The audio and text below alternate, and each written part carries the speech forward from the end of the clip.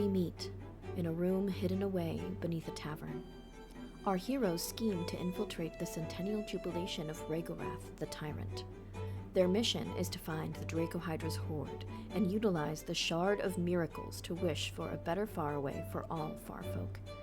After procuring glittering outfits and steeds, they gallivant to the party, where they find that the rules of conduct may be stricter than they realize, and friends or foes could be found lurking around every corner. Will Amaya succeed in distracting Rhaegorath with her offer for the marriage market? Will Fagio keep his promise to find a way to help those inflicted with the rot? Will Sayer and Nandipa be able to get revenge and the audience's favor? Will Kieran succeed in finding her friends a path to the Horde? Find out next time on Gaze and Feys, Treasures and Treason. Behind you, Britt. Oh yeah, Hold I've got a whole like Sailor Mercury half sleeve. Hello, we are live. Oh. Hello. Hi, everybody. Welcome to Gaze and Feys, Treasures and Treason, a charity TTRPG game raising money for Trans Lifeline. Trans Lifeline is a lovely organization that is a grassroots nonprofit offering emotional and financial support to trans people in crisis through their hotline and their microgrants program.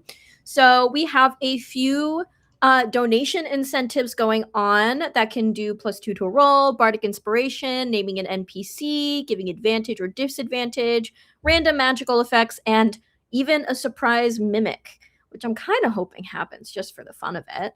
I am Taylor. I will be your deviant of magic today. And I am over on Hilarity Save RPG. That's my home. You can find me at Murchie_art pretty much everywhere, although I'm never really on Blue Sky. And I'm going to pass it off to someone else to introduce themselves. So, Steph, why don't you introduce yourself today?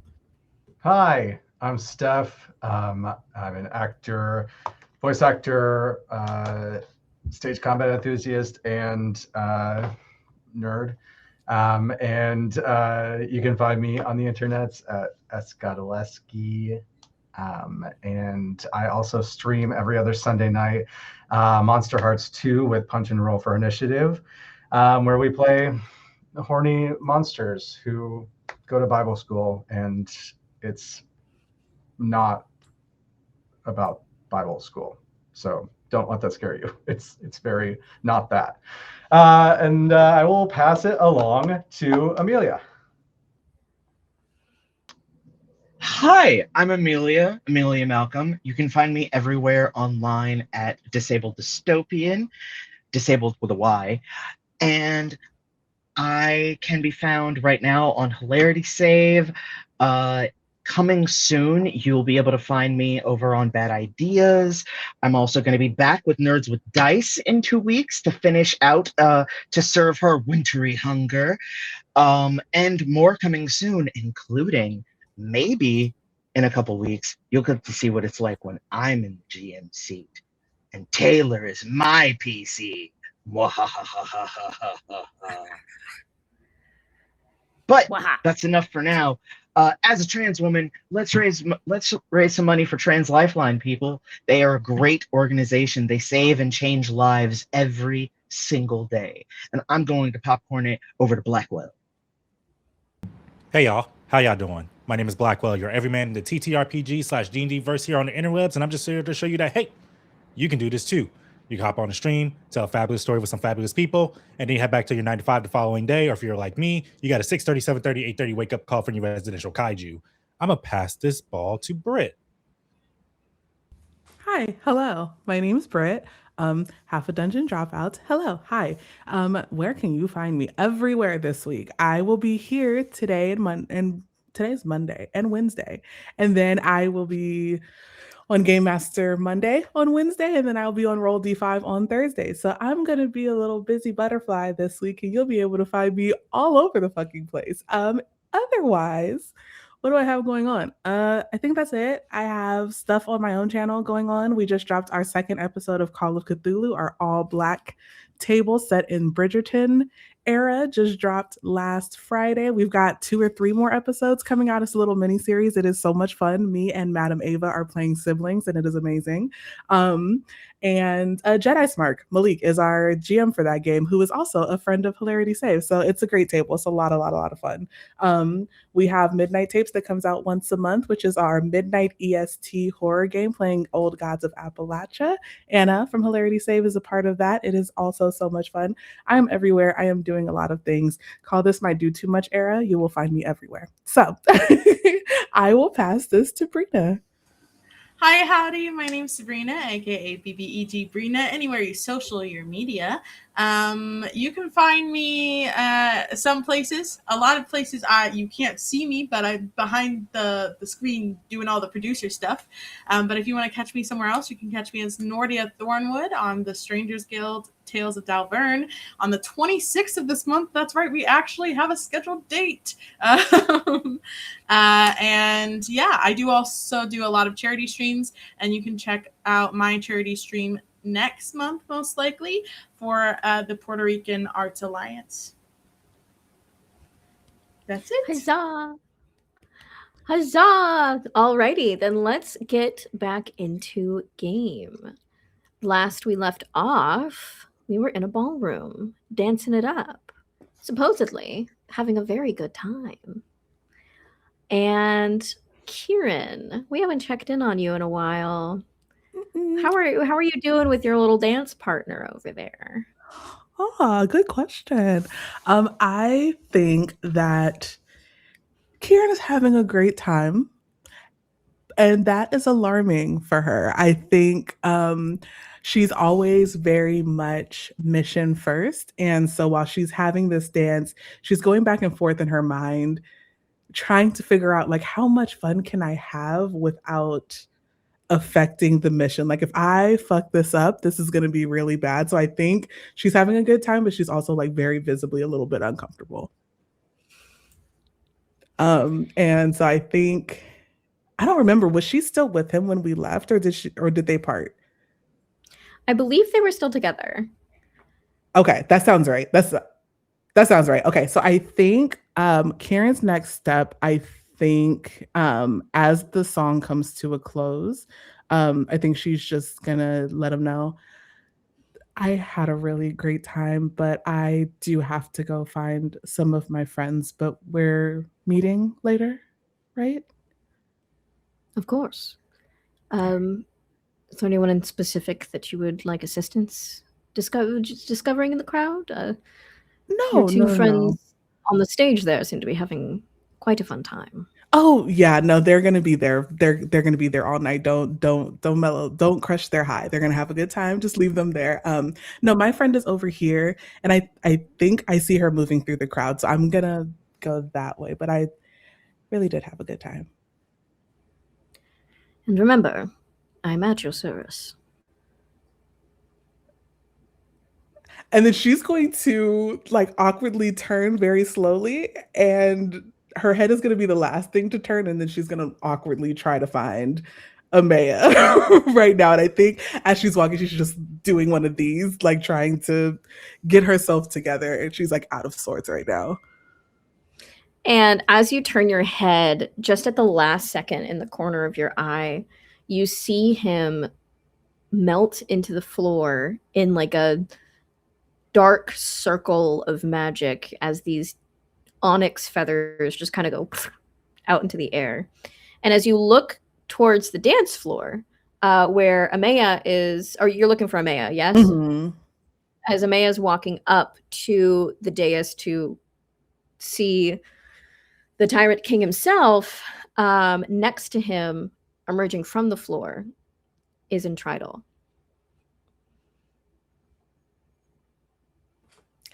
It's been so long since I played D&D. I'm like, what are my stats? I'm thinking maybe I want to know, like, is that something that I've seen before and something that I should be concerned about? Or if that's something where it was just like, oh, that's weird. And what would that be, like, insight or history or? I think you can roll either Arcana or Insight on this one. Arcana is okay, and my insight is okay. Insight works. There will be degrees to a success on this one, or you could go perception. Success? Okay. Yes. What does that mean? It means the higher number, the better, but you will get something regardless. Got it. Okay. You'll get more and more the higher you get. Got it. Okay. So that is. We love degrees of Oh, success. period. Oh God, I have to be a math gay today, and that's not great. 18, 19, 22. 22. Yes. That is a very rewardable number. So as you see him melt into the floor and then come back, you know that within the far away, magic can be a little funky. And from what you can sense off of the aura coming off of whatever spell he just used, it seems like a vortex warp of some sort. And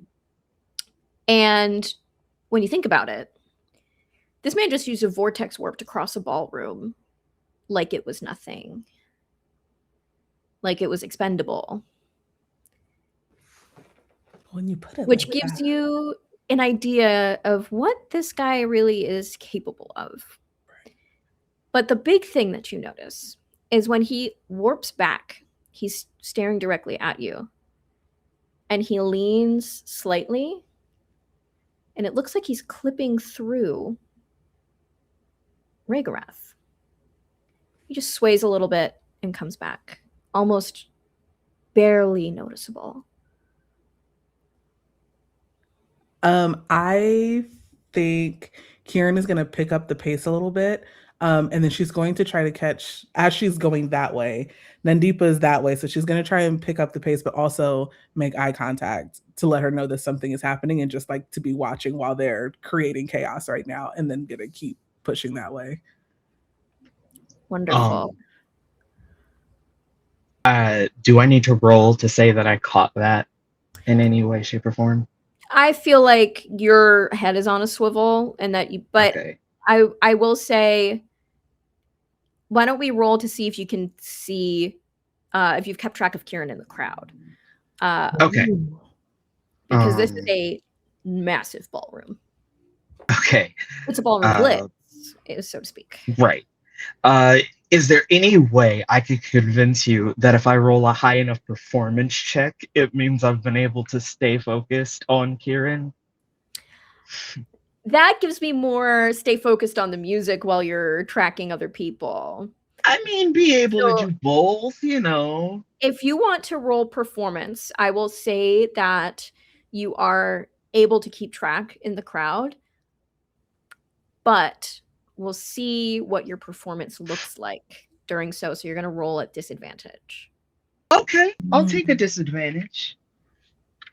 I appreciate this, GM.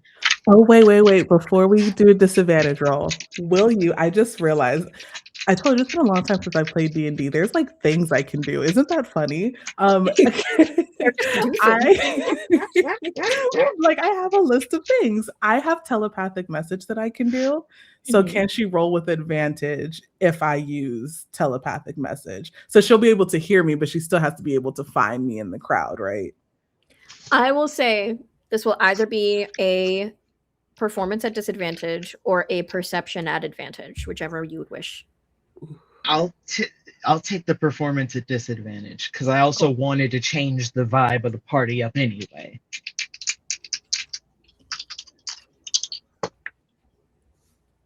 All right. With a 2 on the die plus 11, that's a 13. That's a 13. So you are a natural performer. You are able to kind of keep the rhythm going. Nothing spectacular, nothing that you've been able to like really pull out and wow, and like you're not focused on the performance, you're focused on your friends. So this is just kind of like the natural flow of things, but it's not as like crazy as you usually get to. Right. Which I don't think people would care about. Right. Partially because my echo is on Amaya trying to look like a dull shimmer on her as she goes over that way.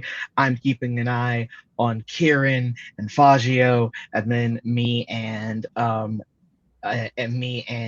Sayer are doing our thing.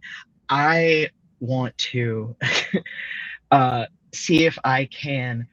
So while all of my friends here are undoubtedly the most beautiful people here worth anything, I would say, and worth, I mean not bad person. Um, do you already have listed as who the second most beautiful person at this party is? Um, I don't like rating people in that way. It Got you. feels I understand. yucky. It Everyone's does hot. feel yucky. It does feel yucky. Is there a quote unquote belle of the ball, or was that Amaya? Or is that Amaya rather? So far, it looks like Amaya is the only one that Regorath has pointed out specifically. But you do Okay. know that as Amaya is walking up, there are several other young people walking up with. It looks like they have like a dance card on their wrist. Okay. I look at one of those people that has a dance card. Whoever the tallest one is. Okay. Who's the tallest person with a dance card?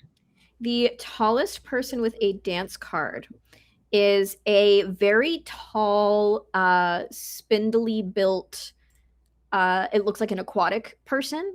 And they have these long, like, catfish whiskers coming off of their face and just a mess of kelp-like hair that, like, trails down almost to the floor. And they have this ocean blue skin with webbed fingers. And they're wearing a dress that looks like it's made out of like sea moss and shells and starfish. Okay. I am going to cast Alter Self again to now look like if Jason Momoa's Aquaman was a sea elf. Beautiful. But also still black. Gotta make sure that's clear. And I look at them, and what is this person's name? Or should I roll history? Because I kind of want to do some narrative shenanigans. I would say roll history because you haven't walked up to this person just yet. Okay.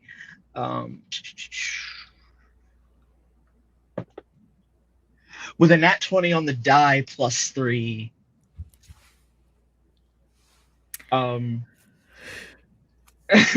So it's funny how on the nose the description of this person is to someone that Sayer said that he used to work with. Sayer didn't say where he worked with this person, but she looks like the spitting image of what you could imagine Immorta Mithanen to be, who is a sapphire court noble. So one of the things that happened when Sayer has mentioned this name before, that Sayer would know, is I was like, hey man, don't charm her pants off. And I don't know what Sayer said in response to that, being Sayer is incredibly charming just like me. That's our whole thing. But the reason why I said that, if you could message me that name so that I don't forget it, is because this is my ex. Interesting. And when I changed forms into what I looked like when we dated, but hotter now because I'm older, I get in front of her, and before I can ask her for her dance card, I begin to extend a hand to Immorta. And then I go, what was our group name? Season? It was Season, right, Sayer? Scion. And I go, hit it! And he knows, because that is my ride or die, exactly what hit it means in this case. And we kick up a rendition of Remember the Time by Michael Jackson. Now Michael Jackson is canon in the Feywild, in the faraway. He was canon last episode. This is true. Even more. Even more canon. And it is very much that, but if they had danced together the whole time, just I'm I'm not gonna gonna sing the song, but yeah. I'm gonna have you roll me a persuasion, performance, something to catch her eye. Okay. I'll go with performance, but they're both the same stat. Okay. Come on, come on. Do I have anything that would allow me a reroll? Hold on.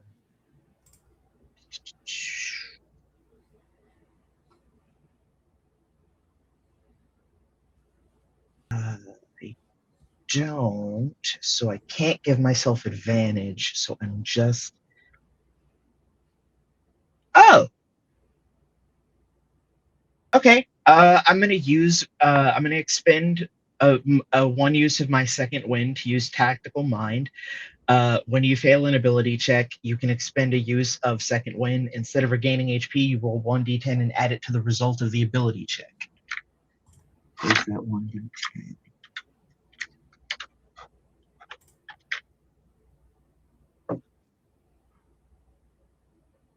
$19. 19. Okay. What do you say? I literally just look at her, make eyes. Hopefully, she immediately recognizes my aged properly, like I've always looked like this face. And I just say, do you remember the time when we fell in love? Do you remember the time when we first met, girl? And I think Immorta is definitely looking at you, but she also knows your vibe. She knows like the shit you can pull out. So she like just cocks an eyebrow. If she had eyebrows, you can see like the skin above that eye move up a little bit. Um, I and will lean she in kind and of say, I just need a minute to talk. It's important. It's not a game. I promise. she rolls her eyes. Why is it that when I show up somewhere looking beautiful, my exes always need a minute to talk? This isn't about us. I promise. I'm a distraction. And I don't mean for you. I'm a distraction for this event. And you are about to go into a place that I wish I could go. And I just want to make sure that on that note, we understand what you're walking into. I'm not trying to stop you. I'm not trying to get in your way. Just dance, just one dance with me, and I will explain everything. She looks over at Ragorath. She looks at you. He's calling us up. So you could put yourself on the market. And she holds up an extra dance card. Might make it easier. And I'd be very careful how loud you say what you just said. I didn't say what it was for. Now, do you want to know, or do you want to have to deal with surprise and shock and chaos? Oh, you know I don't mind a little chaos. But I will. I like to do things covertly. So Hands if other open. covert things are happening, and I'll take the dance card. This is your last number anyway. He's going to put Gideon on soon. Sure. Dance with me on the way up since I've already struck up the song. Fine. And the entire rendition of Remember the Time is us dancing. There's dipping. There's, we've danced and performed together before. We're breaking it down. It's beautiful. As good as that performance check I rolled. Not this one, but the last one before that. As we make our way up, I do have the dance card out, and I change my form one more time to that of a tiefling half dragon, all black. It's nice to see that you can do that for yourself now. And I know I sound sarcastic all the time, but I mean it. Oh, please. the main reason why we didn't work out is because we're both a healthy amount of bitchy. But when you put two healthily bitchy people together, that's too much bitch. Put that on a t-shirt. That's too much. Moving across this line of dancing, we're going to go to Sayer. Still up on the stage, and you just watch your performance partner waltz off with somebody. Before we get Somebody to you me, know. I saw Brina's hand come up. Just a quick thing. Is the like glow from Nandipa still on Amaya? I believe so. How long does that I- last? How long does that echo? Manifest echo. Hold on. It.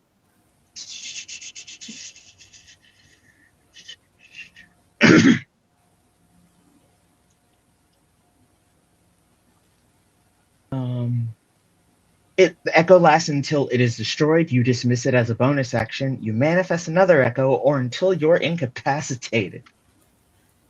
How does it Oh. become destroyed? By chance? Is it it has like Do you need it to go away? Yeah, I think Amaya, like, if the second she spots it, she wants to shake it off. Okay, just tell it. Okay, she turns, she does like a little spin, so that she like turns to face it in her spin and says, "I can handle it." The echo teleports, like immediately fades, and then Sayer, what you're very accustomed to, picking up one of her go-to instruments and performing next to you now, is this vibrant echo that is constantly changing. It's like rainbow color that's ever shifting.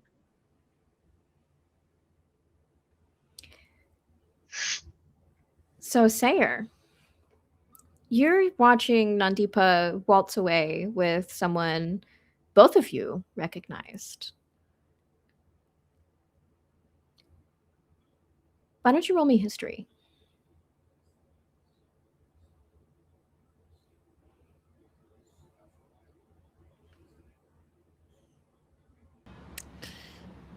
Hold on. Brain, work. 18, 19, 20, 21, 22. 22. The last time that you saw Immorta, you were bidding your goodbyes, as Immorta seemed to be at least more level headed than most of the court of the Sapphire folk. And you remember the words that she said to you, and that is, "You don't understand that he will kill you, and he will kill me, and he will kill everyone if it means that he still sits on his mountain." And you know that that fear, that terror that she has is stronger than anything. And you're not sure if she's been able to shake it yet, or what she's willing to do to satiate it.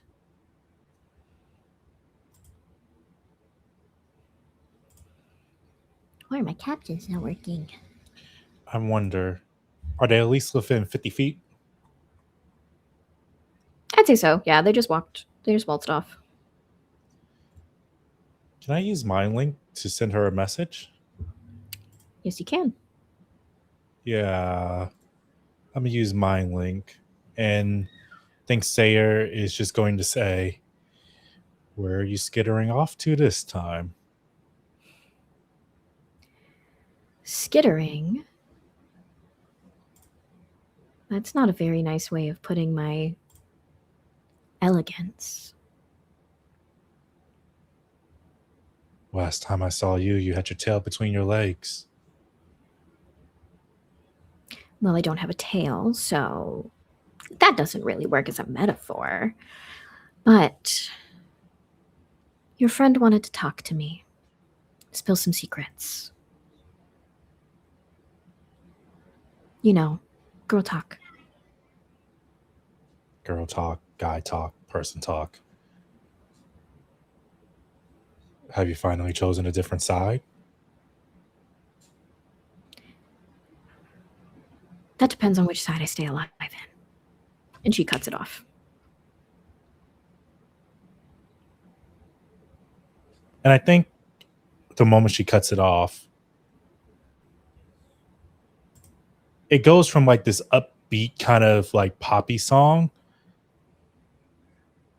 because he's kind of looking around the room, seeing everyone's vibe, sensing everything. Takes out his violin, waves a hand through Napipa to like remove the echo. Nandipa. Not Deepa. There we go. Takes out Uh, his. I was just going to say the echo's going to go hang around Fagio then. It's just going to keep moving. Do you need my help? No? Okay. Walks away. Do you want my help? No? Oh. Okay. I don't have a lot of manifest echoes, all right? I'm not gonna dismiss him. It's fantastic. It also just is really funny to think about. Just them like constantly being like, where are we going? What's the But problem? now it's a soft pink shimmer standing next to you, Fagio. But I think Sayer is going to take out his bow, and just run across it on the shield that's still the violin. And it's a sad melodic number, a song of mourning, a song of longing, a song of remembrance. It's a slow waltz, not a fast, not a poppy one. It's one where people have to look at each other, show your true self.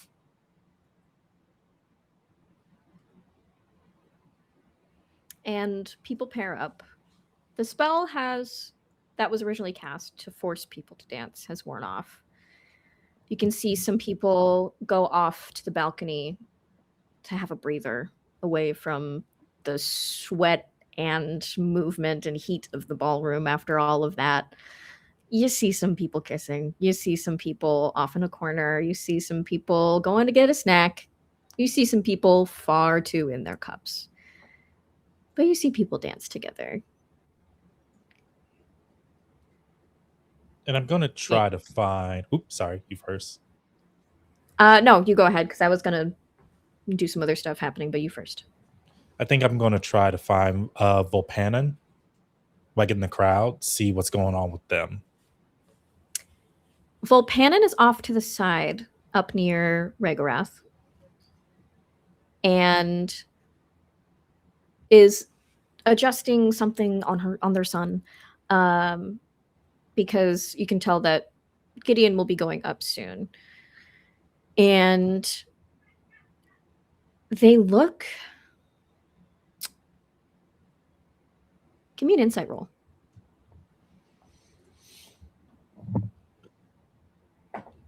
Ooh, we rolling hot tonight. That's a nat 20 plus 5. They're really happy about something.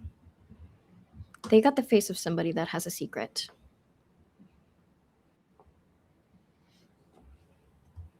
I'm going to send a mind link to them. Are they prepared?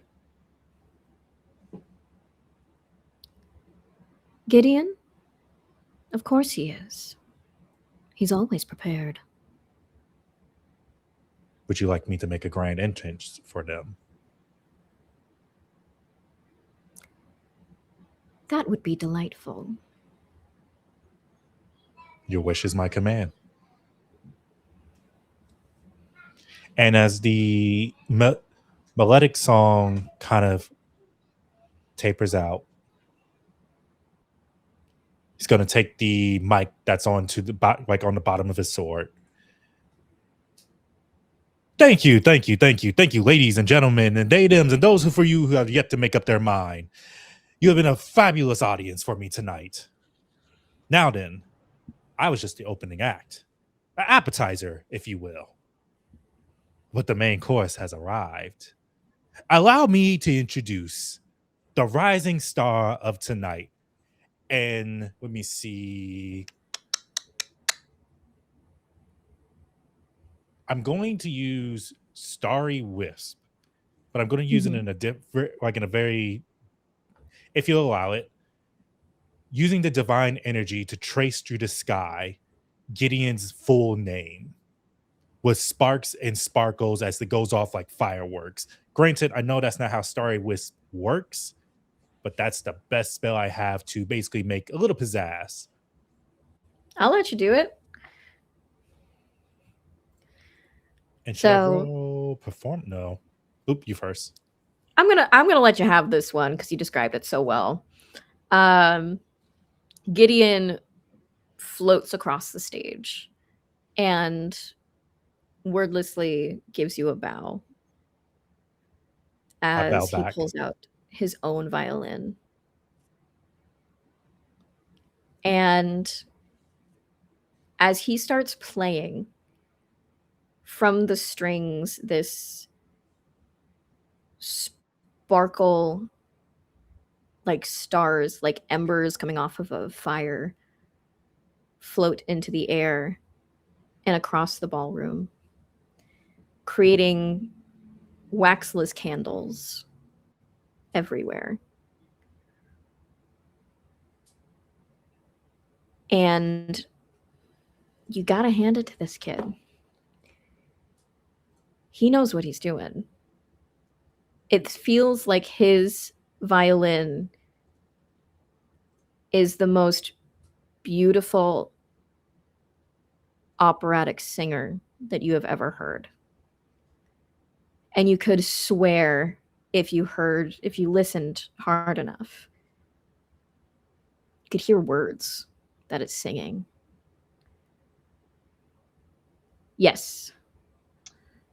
I'd like to roll an insight or an arcana check on this violin because I don't know if it's this boy's power or like his actual musical ability or if he just has a very enchanted instrument. Go ahead. I was kind of curious about that. Like, I wanted to see how they were performing. You can Yeah. both roll if you'd like. Beautiful. Should it be Arcana, Insight, Uh, or Performance? Different I'm- roles. Let me know what role you're making, and you'll get kind of a different side of the information depending. I was gonna go insight because I have higher on insight. Mm-hmm. I'm wondering if I should go Arcana or Performance because I am a performer. I know when someone's got a little trick up their sleeves. Yeah, if I was to go performance, if that's allowed, I have a plus 11, but also I don't want to take that from you, Blackwell. I would say so- performance is more what you're doing to perform. If you want to look into Yeah. somebody else's, it's going to be like an insight or a perception check. I'll go Insight. But this is Okay, like specifically seeing if they're doing something funny. Ooh, 21.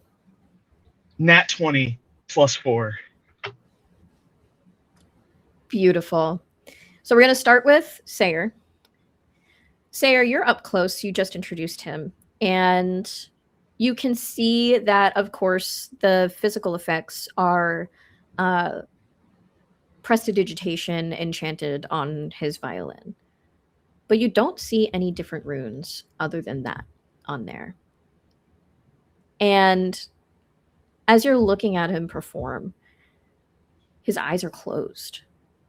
And he's swaying with every stroke of his bow. And you can tell this kid just really loves doing this.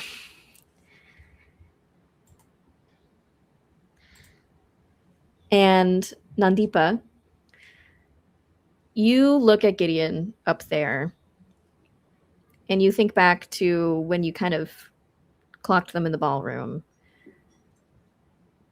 He was so stiff as a board around his parent. But this is like a whole different kid. And you can tell because you've felt it in yourself, no matter what the circumstances of the world were or are, this is what that kid is meant to do. With a sigh, she turns down the little bit of spellcraft she was considering doing and whispers to her ex, Immorta, wow, the Nepo baby's actually good. It's not often you see that. They may be able to buy him expensive lessons and expensive violins, but you can't fake that passion. Can't buy No, that. you definitely can't. If I may, Yes. I'm gonna use my link again to send Vopanin a message. May I join you to watch your son perform? It will be your honor. So I figured out what the mammoth's name is. The mastodon, I mean. Their name is Odette. Oh. I'm Lovely. gonna leave Odette because that's the stage. I'm gonna command Odette to bolster their performance any way that they can. I feel like most people would hear as I make my way to Vopanin. I know we got other things to do, so we can get back to me later. We will be getting back to that. But I want to see what our friend Fangio is doing.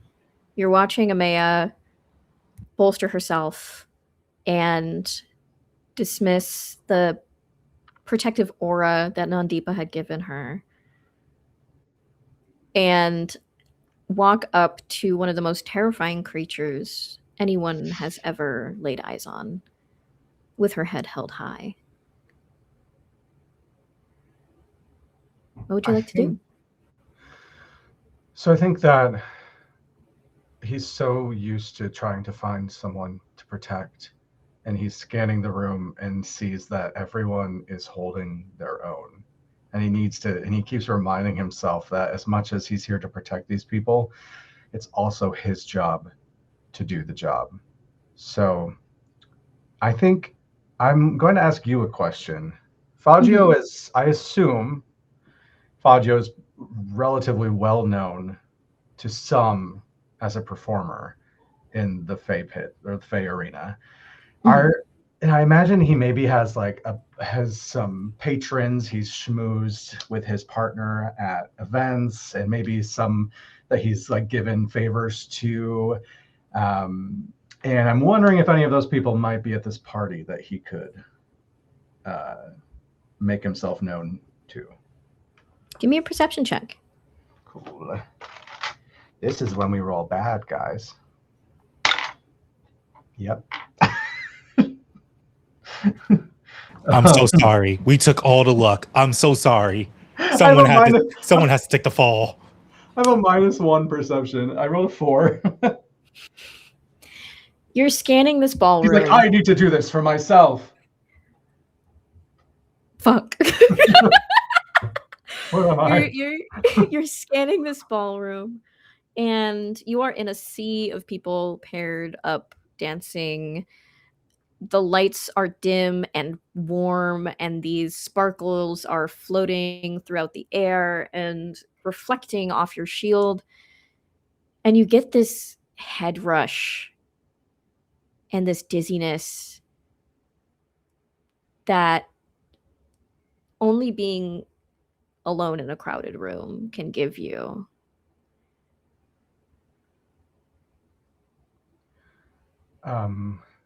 He's gonna this wave hits him like fantasy poppers, and he looks for like a window to get out to, and he sees like the people kind of like smoking or whatever, like getting air out in the window, like the window balconies, and he'll be like, excuse me, excuse me, please, coming through.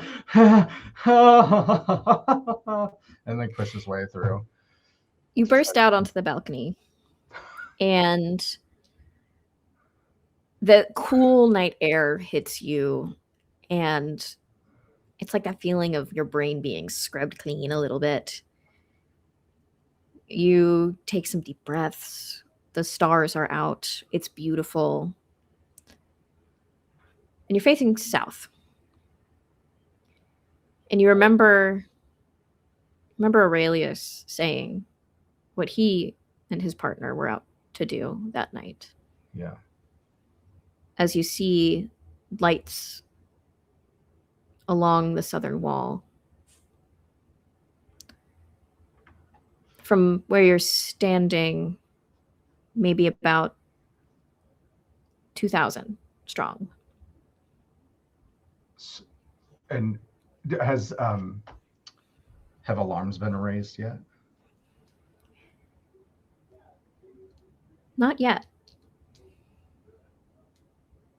And that's very interesting to you. I wonder if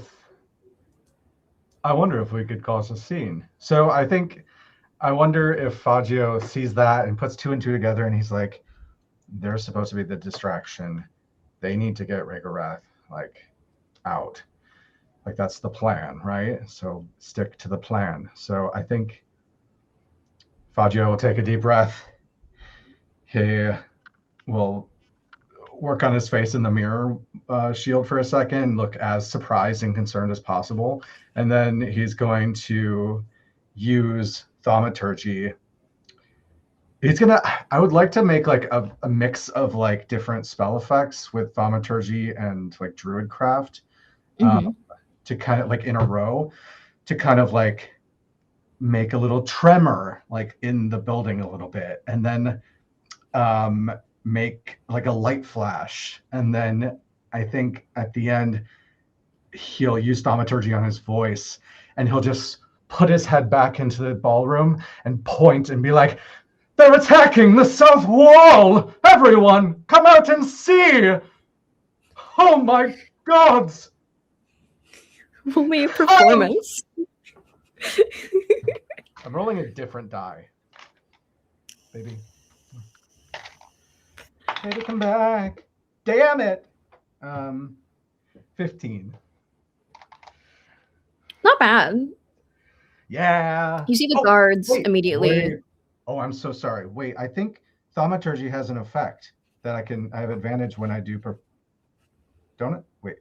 Blah. Blah.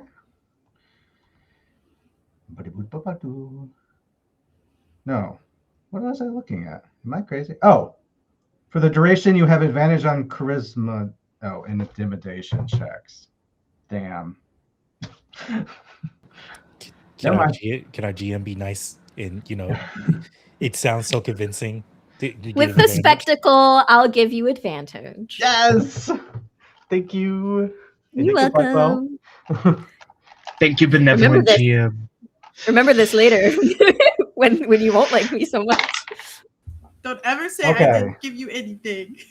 Exactly. It's better. I rolled a 19 performance. With the spectacle, one of Ragorath's heads spins to you, the green head. And then Fuck. the black head raises up almost as if it had just been sleeping and shouts, "Silence!" And the entire room goes quiet. Gideon very calmly puts his bow down in the rest position. Guards. And the guards spin at attention and march out the south entrance. Yes. You have successfully gotten rid of one of the obstacles of getting to his hoard. Yes. Okay. Resume. And the music starts, the people dance, and it's like nothing ever happened. God, this guy's creepy as hell. It's like he's not worried.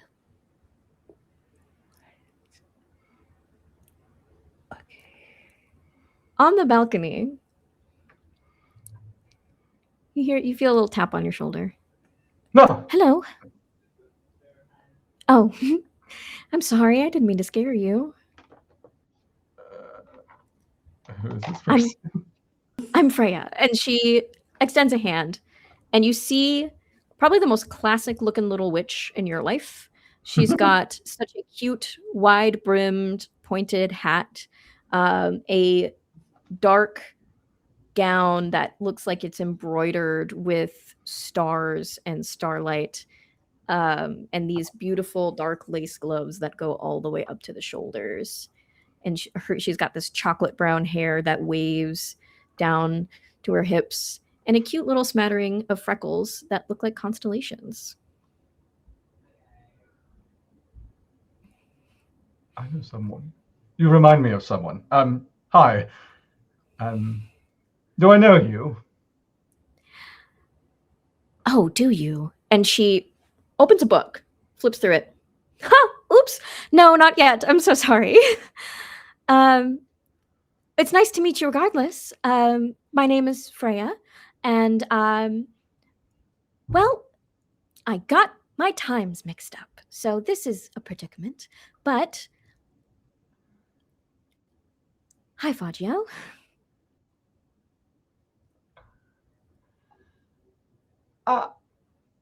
Well, aren't you Quickly. a curious one? What? She grabs you by the arm, casts Pass Without Trace. And the both of you are cloaked in an inky blackness that swirls with purple. A little bit of a pocket dimension thing that I can do. Sorry. I know what you're Well, here to you've do. got me in your pocket, so what are you doing and why? Well, timeline things, little funny. I know what you're here to do, and I can't exactly control when I appear or disappear. And as you can see, she's starting to fade. Her body is fading out. My house will be leaving soon because apparently I'm needed elsewhere. But I have a friend who let me know that you guys could use a little assistance. So here. And she pulls out a page of her book. She hands it to you. And she says, when you need it, use it. And she's gone. And on this page, it's just written Thank you. some form of incantation. Okay. Excellent sound effect to you. That was very good. Thank you. Does it look like anything Faggio would recognize? Roll me Arcana. Oh, yeah, he's going to be good at that one. Woohoo! Yeah. Oh, yeah. Oh, actually, I do have Arcana. 17. This I is just a assumed I was dumb as shit. this is a scroll, for lack of better words. It's really just a page. That will completely restore one person's spell slots. Wow. Scroll of spell slot restore. Just for above table reasons, how many spell slots in total does everyone have? 6. Like from first to second. Like if you have first to third level spells or first to second level spells, how many spell slots in total is that? 7. 9. 9. 3. Quick maths. Cool. I'm gonna write that down. Because I can only go up to second level. I am a first level caster. 9 spells. Nice, y'all. I guess you're full casters. That makes sense. Mhm. I'm a boy of a sword. I'm a dancer I'm a singer with a sword. Or I had a sword. It's been taken. We need to get that back. Yeah, he'll roll it up nicely, having ascertained what it is, tuck it into his breastplate, little boob pocket, and He'll turn around to face the outside world again and let out a sigh, and then screw his face up into a smile and like light up his eyes and just waltz back into the ballroom and try to get close to spectate Amaya and potentially Deepa getting mated off or whatever. So You hear an echo on the wind as you walk, and it's that same voice. Take a deep breath. Everyone's scaring me today. You'll be fine. And I can't say more, but you'll be fine. I might be back. Who knows? Time's weird. You'll be fine too. Thank you. Oh, I can't die. And she goes, the echo fades. And then I'll look at the other echo following me, and I'll be like, "Come along, Shadow. Let's party." The echo my echo that's with you, that did just witness all of that, which means I witnessed all of that. But the thing is, you witnessed the witch grab Fagio, and then they kind of became a shadow. Right. And then, but you couldn't hear or see anything after that. Okay. So her voice was just to him. But you saw her being a little weird, say, "Hi, I'm Freya," and then pull him into an inky blackness and then release him. Yeah. I think when you started to get pulled into an inky blackness, I was concerned, but then when you came back and you seemed mostly okay, the echo calmed down. And then as you're turning to like get back out there, with a pat on the shoulder and a kiss on the cheek, to give you a bardic inspiration. Oh, thank you. I've been really struggling tonight, friend. And so that is a D6 that you can add. Your bardic inspirations are kisses on the cheek. They are affection. It's so cute. I love that. Yeah, as long as she is affectionate, that is how her bardics are given. I love that. It's really cute. And when she gives you that little kiss on the cheek, you have a little purple sparkle. And instead of lipstick, it's a little purple sparkle spot on your cheek. Oh. As the music picks back up, after the guards have been dismissed to go to the southern wall, you see Ragorath lift his head. All those that wish to be matched, please step forward.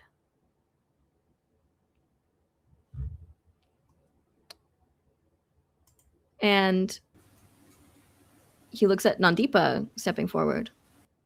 Interesting. That's fun. I like that. Looks at Amaya. Ah, yes.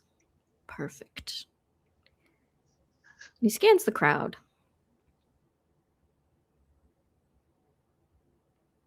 And he lands on Kieran. And he lands on Fagio. And he lands on Sayer, who just so happens to be walking with Volpanen.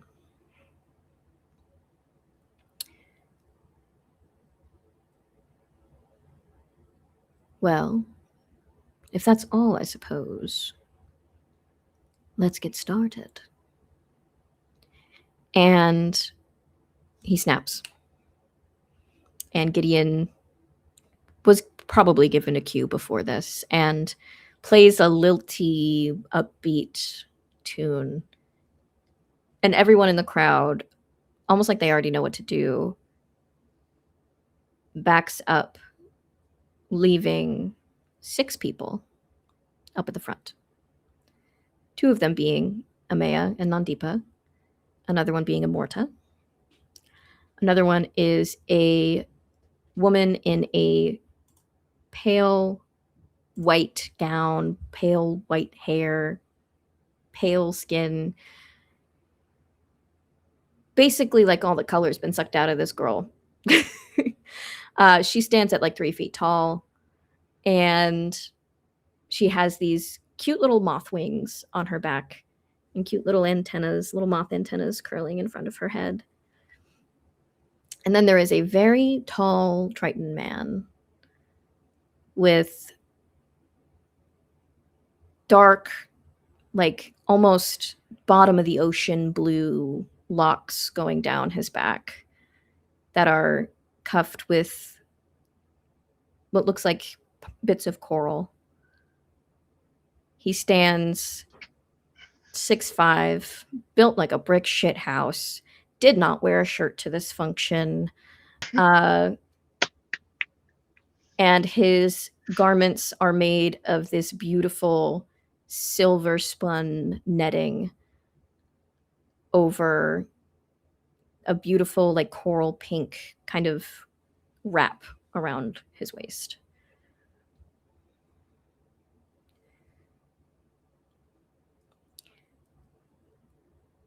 And before he can continue, from the crowd bursts a small kobold with fear and anger in his eyes. In an instant, he is at the throat of Regorath, holding a large, I don't know if you guys know what the Chris dagger looks like, but it's the wavy one.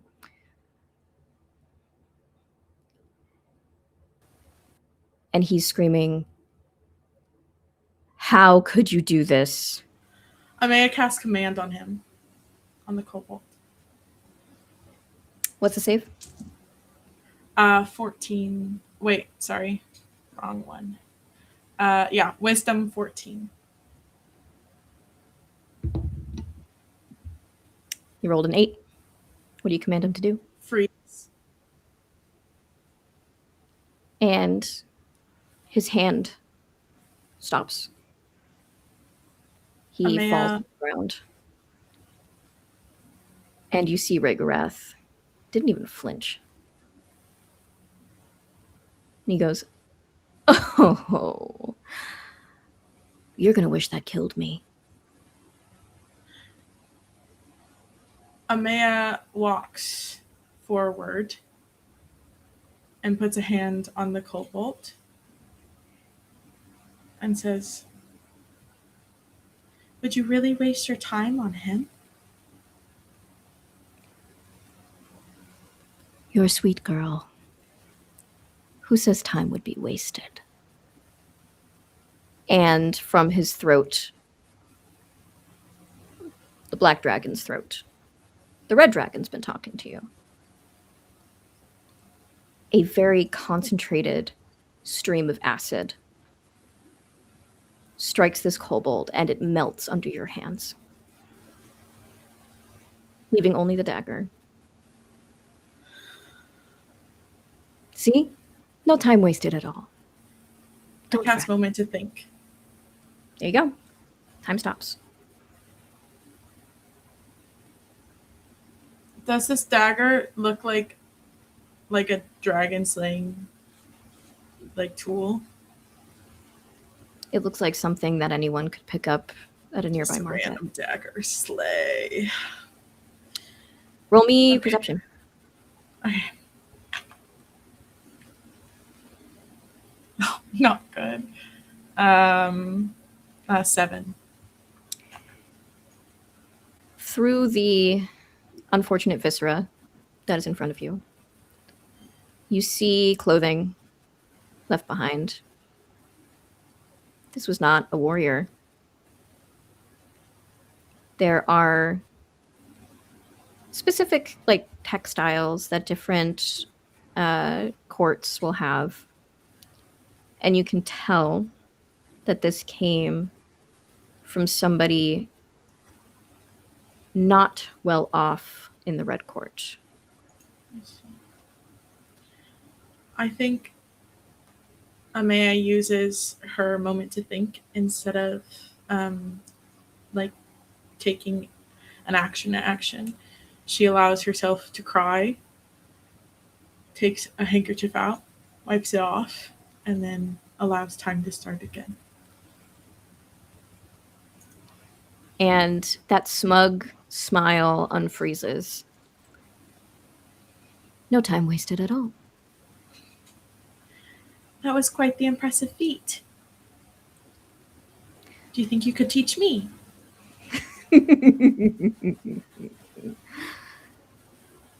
I don't know if you are able to do what I do. It's very funny, though. Amusing. I like you. Thank you. And she does a spin, and stars like flutter around her. Delightful. Now, back to business. You and you. And this very tall Triton man is paired with Nandipa. And you and you. And Amorta is paired with you. And I suppose that leaves you two. And the little moth woman, you realize there was 6 a minute ago.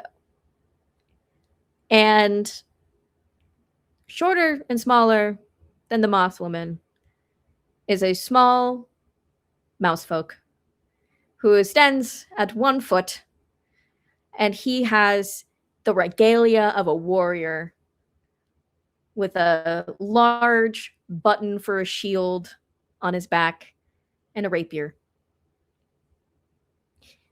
My lady! And he bows to this little moth woman, and they dance off. I'm sorry. I support short kings getting their tall queens. That's a tall queen to him. That's a solid 2 feet taller than him. I love them so much. You can't kill them, please. And Immorta takes a side eye at Nandipa. Later, I suppose. And motions to take Amaya's hand.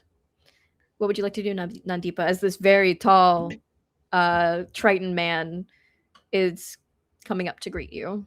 Really quick, I'm gonna cast message and just whisper to Amaya, careful, or careful with her. That's my ex, and she's the only person in the world not evil who might be bitchier than me. And then I will end that, smile at this attractive man, and Nandipa Amazu, performer. Lovely to meet you. And extend my hand. Orin Wandawin.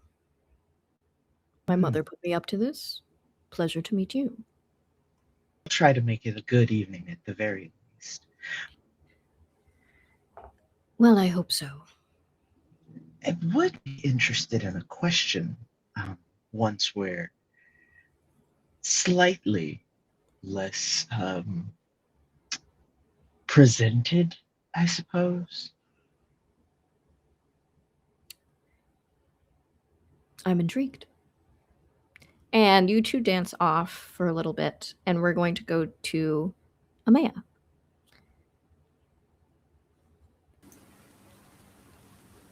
Hello.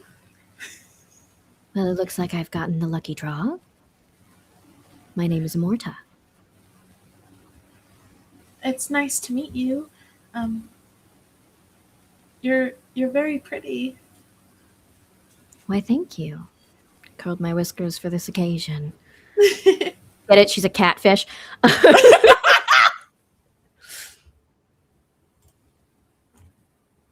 I like it, Picasso. Amaya extends a hand. She takes it. immediately she twirls her, and as she twirls, the like stars encompass both of them. So now that when they move, it like goes with them. So they're the center of attention. She picks up on what you're doing, and with a very expertly placed turn of her feet, you're both lifted into the air on this swirling, like, wave of water that reflects every little spark of light in the room. You seem to be someone who likes a spectacle. Well, it's not that I necessarily like a spectacle, but when you're with such a beautiful woman, you have to show everybody that you're with her. My thoughts exactly. And you two are just above the ballroom, swirling, and this fine mist is raining down on people, cooling it down. May I ask you a question? Well, I was hoping you were more than just stars and sparkles. She kind of like pulls her in and whispers in her ear, "Do you dance with me to save yourself or to find love?"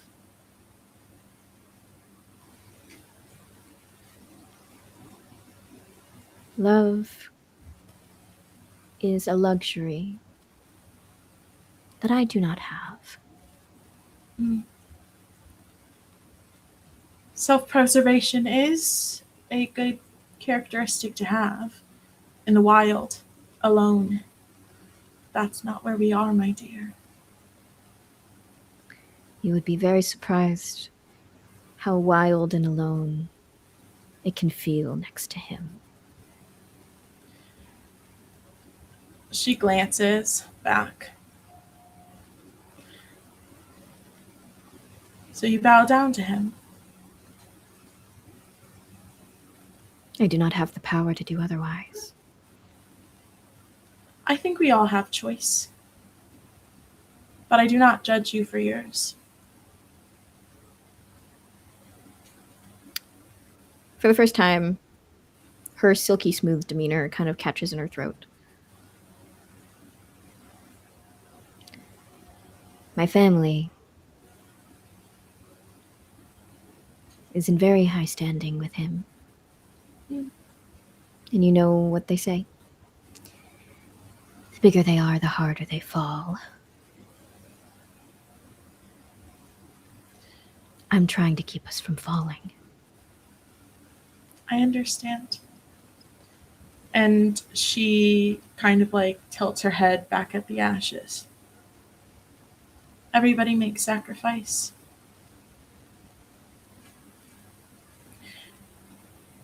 I know fear. I think everyone in this place knows fear. I saw you earlier talking to the musician. Ah. So, have they told you about me, or am I just a mystery? I do not know them that well. I think in this moment, Amaya decides that although she wants to get as many people on their side, this is not a trustworthy person.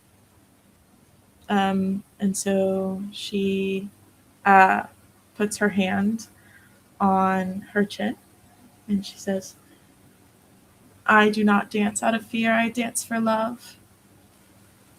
It was just a lucky choice that he saw me." Tell Sayer. Who? Sayer. Tell him. And she stops for a second. Tell him to don't do anything stupid. And you see her bow and move back to the front. Amaya does a really deep curtsy, and as she like floats back down to the floor, she doesn't turn to Sayer, but I think she like I think in this moment all she has is this disguise of at least fearing the tyrant enough that she's on his side. So I think she's gonna go back up.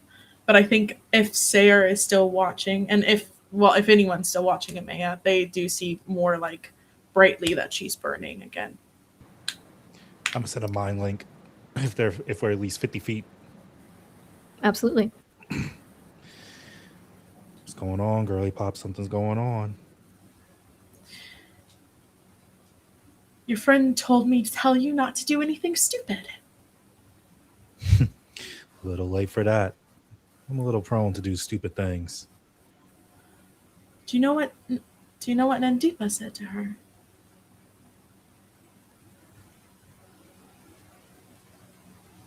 No. I don't. Sayer, I'll die for the cause, but I don't want to die for no reason. We can't just tell everyone everything. So I need you to keep an eye on everyone else, and I'll play my part, and I'll watch more people melt beneath my hand, and we will get this done. Okay?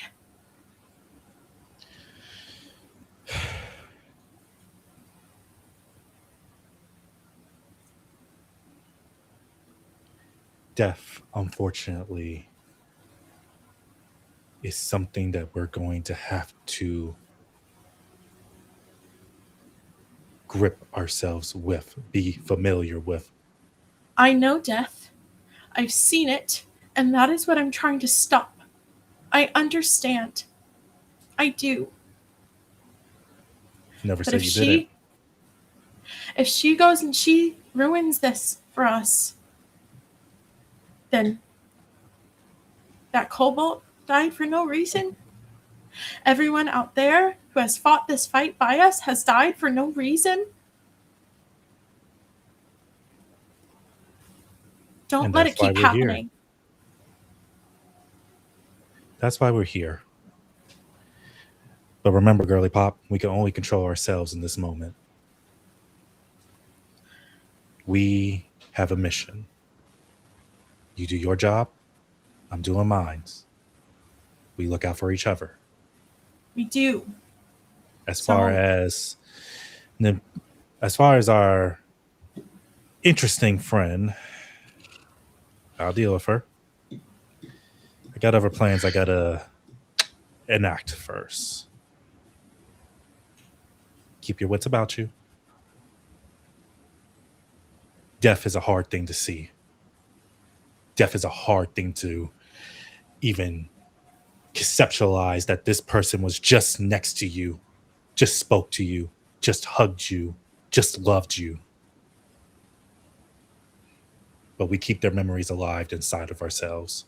We tell their stories so that they're never forgotten.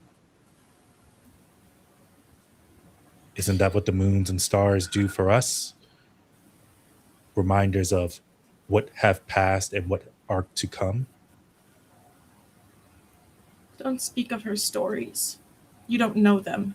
And she cuts you off. She cuts the mind link. And with that, we are going to go on a little break.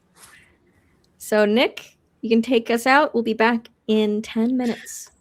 Bye-bye. Bye.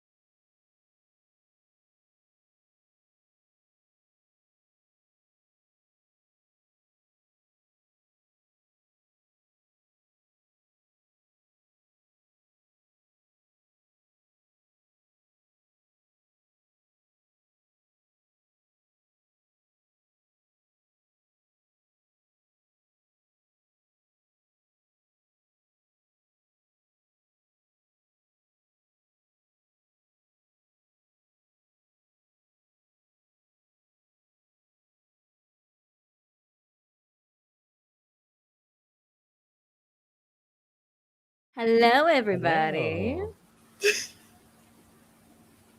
I'm waiting for the on break screen to go away on my look, here we are. Alrighty. We are back in it with Gaze and Feys, Treasure and Treason. And we left off on a spicy little note. But before we get back to that, I want to talk about Trans Lifeline. We have a bunch of donation incentives. We have giving +2 to a character's role. We have giving them bardic inspiration. We have naming an NPC, surprise mimic, which is the $50 donation. I'm kind of hoping we get one of those because that's always fun. And I believe there's another one that I can't remember, but we have a bunch of them. Trans Lifeline is such a wonderful organization that helps trans people everywhere. It is a hotline made by trans people for trans people. And that is a resource that we need to be funding in times like these.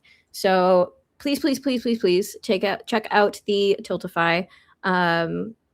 Send what you can, even if it's just $1, it makes a difference. And enjoy the show. So, getting back into things. I'm going to check on Kieran real quick, because we haven't heard from Kieran in a little while. It would help if I wasn't paused. Hello.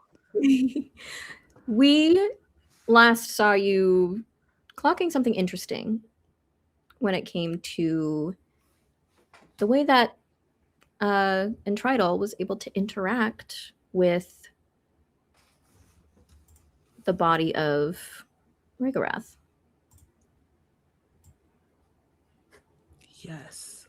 I guess during all of this, Kieran was looking for Amaya. So I'm assuming because everyone, or not everyone, but the dancers all ended up in the sky with glitter, that I now know where everyone is. So I am going to head that way, and I feel like I probably walked up right as that conversation was teetering out a little bit and saw them kind of like go in separate directions. And so I think Kieran is now like trying to figure out which direction to go in, like which one of them do I need to speak to first. Do you want to roll odds or evens for it? I don't know why I got Australian there for a second. Yes. That is a good idea. You want to roll odds or evens? I probably should have called which one is which. We'll say odds is Sayer and then evens is Amaya. That is a 9, which is an odd. I don't remember what I just said. Odds is Amaya? Odds is Sayer. Odds is Sayer. Okay, so Kieran is gonna walk up to Sayer. What was that all about? I'm imagine my brain's like, they can't hear the conversations, but they can at least see. You know,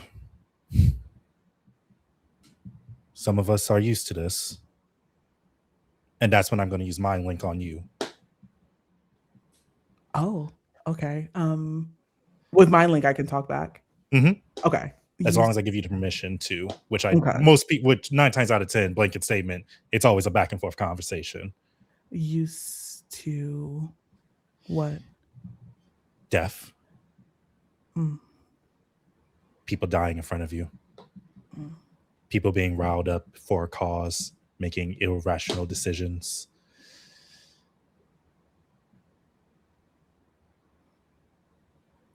Girly Pop got spooked, it looks like. She's fine. She'll be okay. I think Kieran is going to look in the direction that Amaya walked away. Something tells me that she's probably pretty familiar with death. Maybe, I don't know. I guess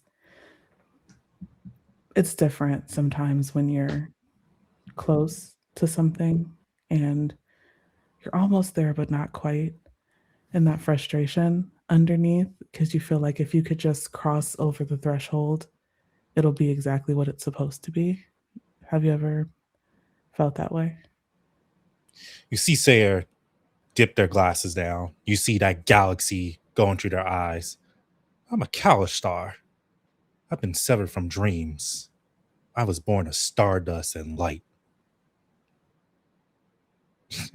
That feeling of just there but never quite reaching, that's always. Yeah. But you learn how to adjust. You learn how to adapt. You learned how to persevere. Sayer, make me a wisdom saving throw.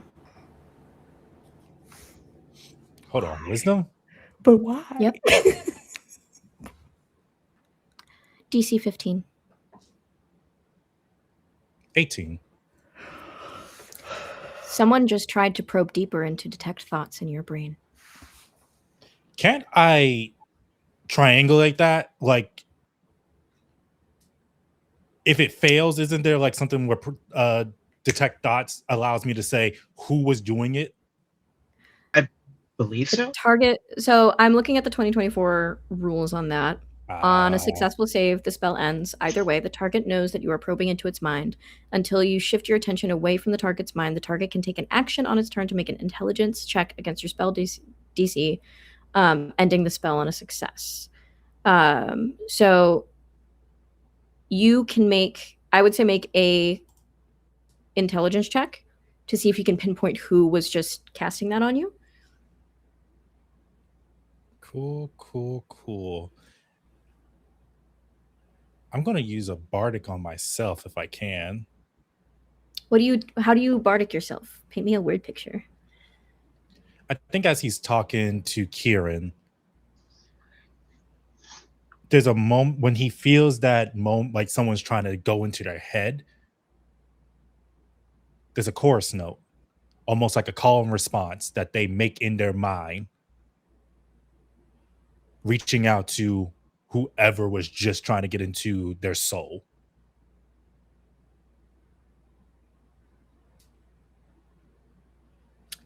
Alrighty. Make me that intelligence based check. You want to do Arcana, I think might be the way to go, but Yeah, I could do Arcana. And you know what? We're going to put a little bit of stink on that. We're going to add that D6. Yeah. Because Arcana, that's a 17 plus 6. this person has a +5 to their deception. So they need to beat a 21. And I rolled a natural 1. So who's responding to my call? You hear familiar. It's almost like their tonal voice is humming back to you. And you shift your gaze in the direction where that's coming. And you see Volpanet standing by Regorath. There is the head of a white dragon lowered. So her mouth is right by its ear. And you hear, just as you pinpoint, distraction coming from them, from their mind. Like distracting me or distracting them? You can see them kind of talking to Regorath, and all you hear is distraction. You don't really get the context of it.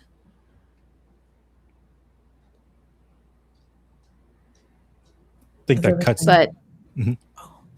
their eyes are darting to you and darting to Amaya.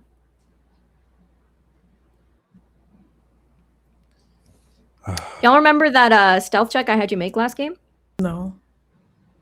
I had Fagio and Amaya make a stealth check because they were talking about some stuff in the middle of the dance floor. I got a nat 20! Not on that stealth check. You rolled real bad. Faggio rolled real good. No, I rolled well. That's a win. Slay. Uh-oh, guys.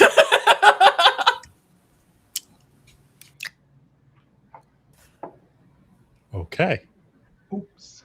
As that happens, I think that cuts Sayers, whatever Sayers about to say, cuts them short, and they say to you, Kieran, "Uh-oh, we got attention." Okay. Where? Who? White dragon, Vulpin next to them. Need to go work my magic. Okay. I'll go find Amaya. And I'm Before gonna- we get, Mhm. You're gonna make your way to Volpanin. Yep. That's my date. Before we scoot over to that, Nandipa, what are you doing? So you have me with Orin right now, right? Correct. I am going to look at him and say, while we dance, would you be okay with a quiet conversation? Because I fear if we're not careful, we may make terrible errors in the eyes of society and perhaps ourselves, depending on what kind of a man you are. So you're wondering what kind of man I am. Well, I'm saying that the possibility of great error is something I would like to avoid. After all, I am a performer, and it would not do me good to have scandal. And I'm going to cast message. Even though we are in dance, I am making this the quietest it can fucking be by casting message. And I'm just going to say, I just want to talk to you very, very quietly so that interested ears cannot hear us. Nothing wrong with privacy. Intriguing. And with a wave of his hand, you hear for a moment the rush of water. Like there's water going past your ears. Anyone within 10 feet, all they will hear is water. What would you like to say? Questions for you. You're from the same court as Immorta, correct? Yes. Sapphire Court. Sapphire Court, a place I know well, and you are exceptionally beautiful. I'm surprised I haven't seen you before. Are you a member of their higher society, or a newer rise in their world? We've risen a little bit. This charade supposed to lift us a little higher. Have you ever known the physical companionship of Immorta? He winces. She's like my distant cousin, so no. It's distant, Fantastic. but not distant enough. No. that. Understand. I was just checking because, well, a few years back, we had some time. About a year. You wanted privacy to tell me about your love life?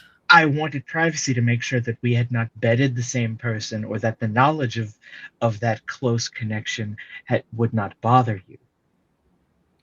I don't think it would bother me regardless. It's not like there's a whole lot of true affection to what this performance is for him. Fantastic.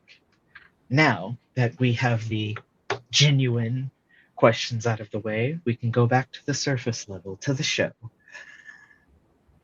You seem very against this little display, just same as myself. Is your intention simply to appease your family by showing up, failing at a match, and going, oh well, and then going home? Or is there something that would make this night far more successful for you? What I am tasked with is finding a match flashy enough to please His Highness, and if that is to happen, be entertaining enough that he rewards the family. I can give you that. We don't have to actually like each other, because if everything goes well, it won't matter in maybe a week, 2 weeks, a month. High society has breaks all the time, but I'm using him right now. And here's the thing, I am a musician, so some scandal is welcome. We match perfectly now. We put on a show of being performers. If you want some, if they need some sort of proof, well, as long as we work within certain parameters, I am happy to provide that, because you are quite a specimen, if I may be honest. And when we are sick of each other, or when we think the charade has run its course, we part ways as amicable friends, and your family has achieved their higher standing. You don't know how this match thing works, do you? I have a fairly decent enough idea. You'd be surprised how many people went off and got matches, and then secretly came to see me. Well, there is no separation. He will not allow it. What Well, secrets we hold are our own to get away with. right. All I'm But saying is, there will be and even certain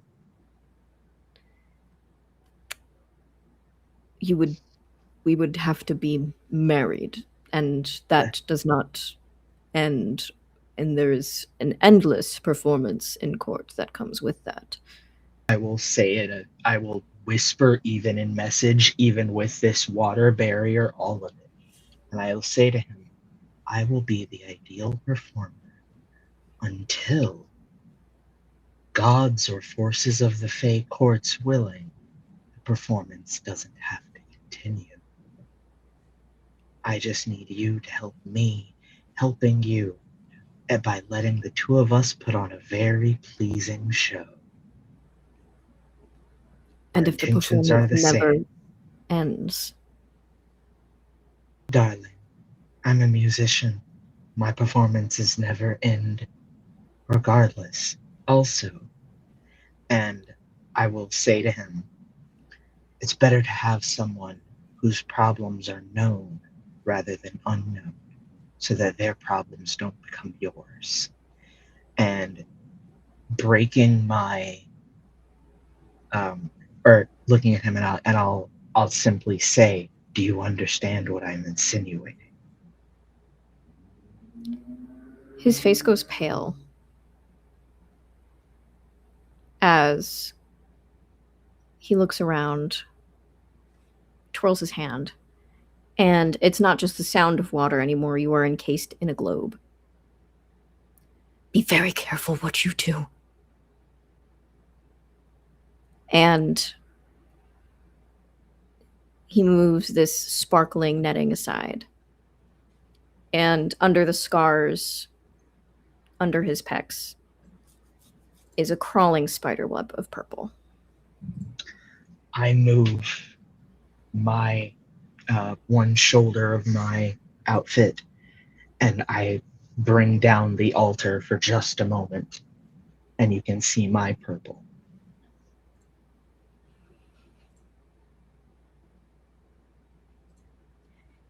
Seems like there's not much time for either of us left. Well, So then, your performance will end, as will mine. and we can put on the best performance we can until we don't have to anymore. I just need your allyship in that. Lives are counting on both of us. You would do that for me. Relegate Yeah. your life to a courtly performance, whatever little we have of it left. As long as you will aid me when the courtly performance has to become something of a distraction for other dancers. Why should I trust you? Because I've just shown you the most vulnerable thing about me. And there's nothing else I have. In fact, that is a lie. Hold on. True honesty. I take down the alter self on my face, showing the eye patch, and I move the patch away to a scar from to a clear display of scars from the claws of Rhaegaroth himself. And I say, you can either out me and I can die right here, right now, being as difficult as possible for him and being the biggest distraction, or we can continue to put on a show and appease him, and your family will be better for it and be a big distraction. Either way, my part in the play is still played. But what do you want from me in all of this? As good as a dancer, as big of an audience as one dancer can get, two always get more. That's all I'm asking.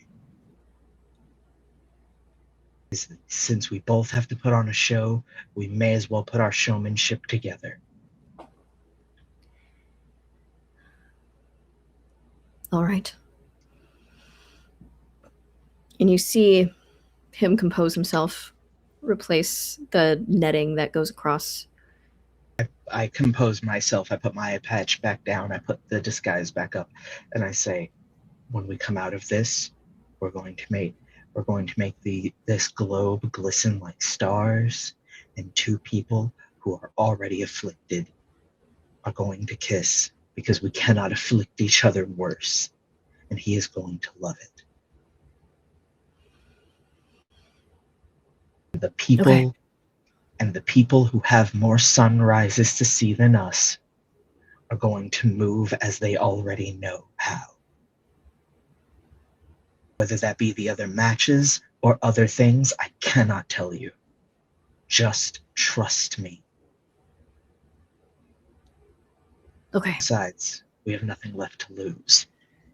And I am going to literally like hand on back of the head, like leaned in fully closely, like in a dancer's pose. And I'll say, on the count of three, you drop this in a dazzling display, dip me, and then once everyone's looking, we will share a kiss. I'm sure he will love it. This is the least romantic kiss that I think I've ever had, but I'm still enjoying it. And on the count of three, the water shoots up in a geyser and like falls perfectly in a curve around on the audience. People are getting wet. They're like, what the fuck is happening? And seamlessly he dips you and kisses you. And the red head of Rhaegaroth snaps to you. Ah, so that's why you needed the privacy. I turn and in full showgirl voice, I say, "Oh, I'm sorry. Looks like you all are half as wet as I am." First 5 rows is a splash zone.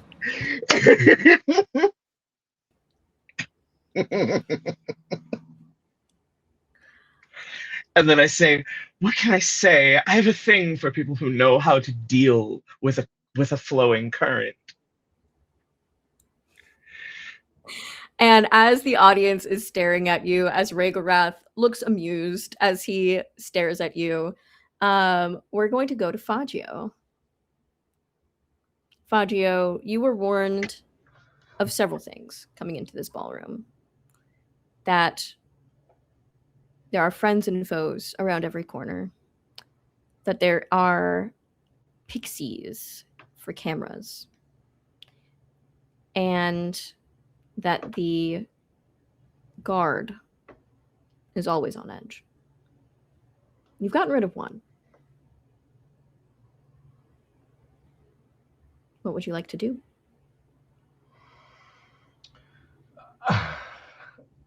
I think. Uh,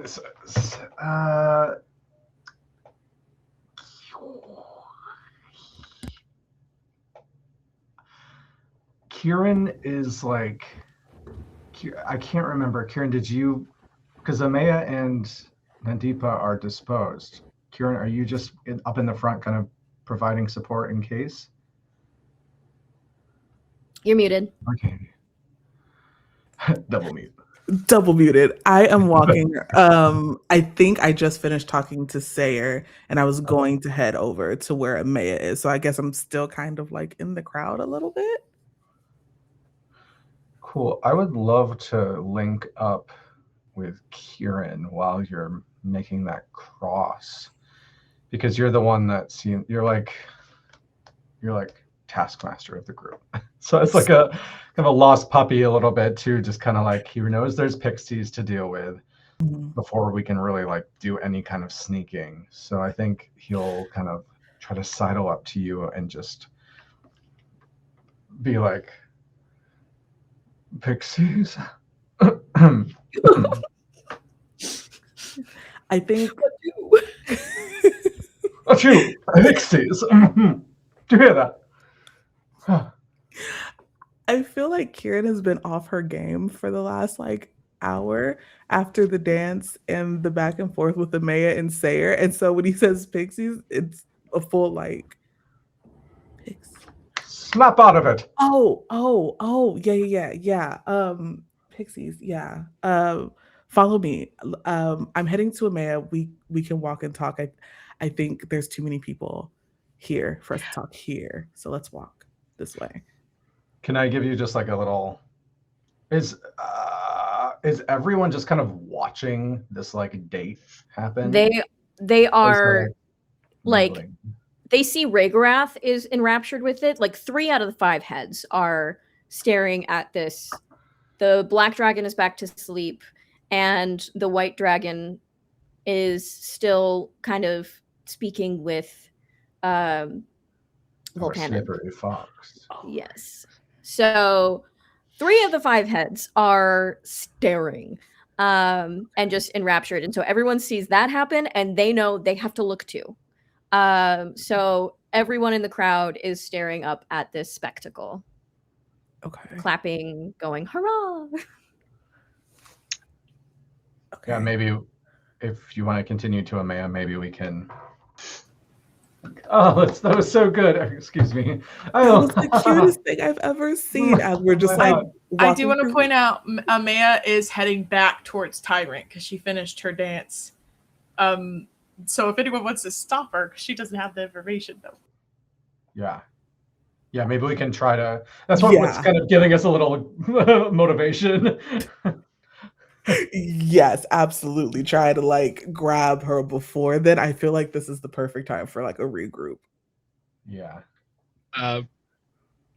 May I pull a shenanigan before the regroup? Yeah, sure. What's the shenanigan? Beautiful. I'm gonna call out to Rhaegorath and say, excuse me, your wonderful multi-headedness. That's a new one. I like it. I have a bet, if you will, with someone as magnificent who has just given me, I believe, the best dance partner in the world. And what would that be? And I'm going to pull out the 6-sided die. Yes. And what does that do? You've seen this before last session. Oh, yes. And I'm going to say, darling, excuse me a moment, and I'm going to kiss Orin on his cheek and go up to Rhaegorath so that I can whisper to him. Not whisper, but show whisper. Everyone's going to hear me. It's going to pretend to be private. And I'm going to say, how many heads did he get? 5, right? Yes. And I'm going to say, Your Majesty of 5 tongues that I'm sure all know how to please. This He is a snorts. special. This is a. I killed Brina. This is a special die I like to play with sometimes. It always rolls a 6. And now I'm going to put it in your hand, and then I'm going to make a proclamation that I think will be most amusing, not only for yourself, but for your audience, because you are such a wonderful matchmaker. So why don't we just give the people the show that you've been wanting? And I put the die in his hand. And I, Give me a perception check being this close to him. okay. Beautiful. With advantage because he's so enamored with this. Sure. He's so enraptured. Yay!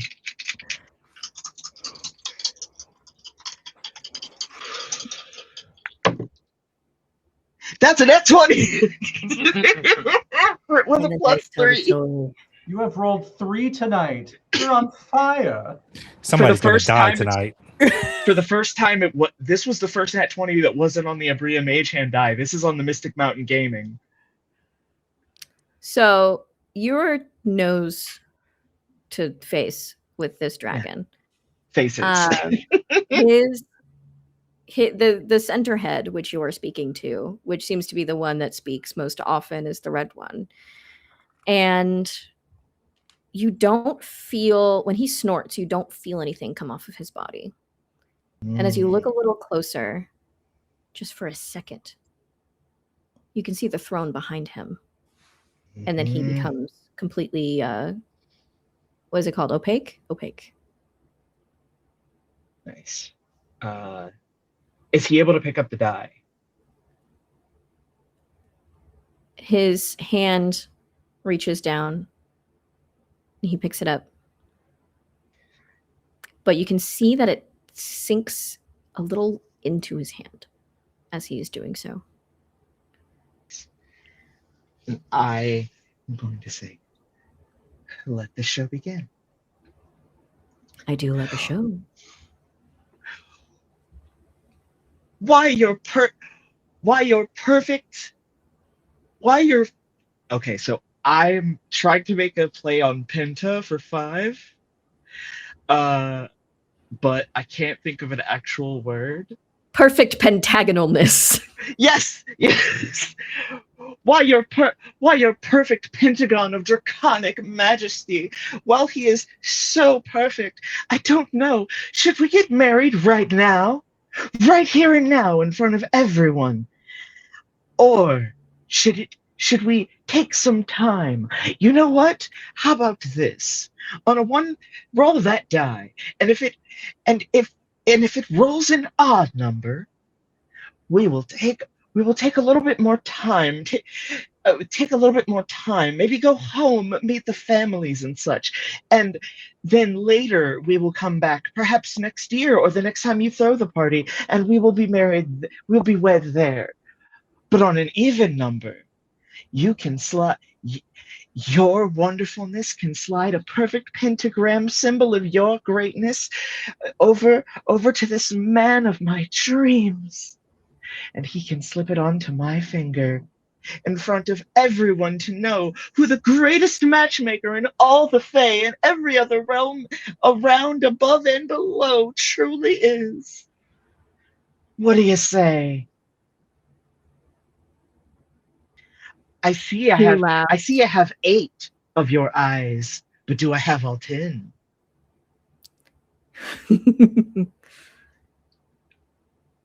Entertaining. But let's not forget whose show this is. Oh, I would never. Your friends are right. In your head. You're a very good distraction. And he rolls the die. And you've never seen this before. It lands on a 3. It's still an odd number. I said evens or odds. I didn't say a 6. You said odd number, you wait. Even number, you get married now. Yeah. So that's still the result that I would have gone for. No, because you Oh, so wanted we're it on a moving six. this So, odd number. Shit. yeah. Yeah. And I go, ah, I guess you are deciding to tell us that patience truly is a virtue. I have a question for you then. Questions should be made carefully. As loud as I can, in front of everyone, standing at least 25 feet away from him, maybe 15. But, and I'll say, my question then is, will we be protected from the rot? Oren looks at you, and he looks betrayed. And I say, you seek to make matches with us, but what if, but are those in your favor protected from this illness that has ravaged the lands?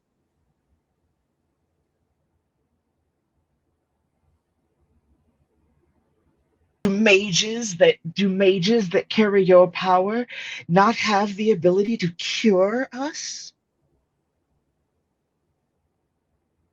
And I message to Sayer, go now, go now, go now, go now, go, go, go. I am trying to get all pixies on me. The guards are gone. I believe I have all 5 of his heads. And while he has called me a good distraction, I'm like, listen, it's now or never, damn it. And there's one last thing I would like to do, if I can.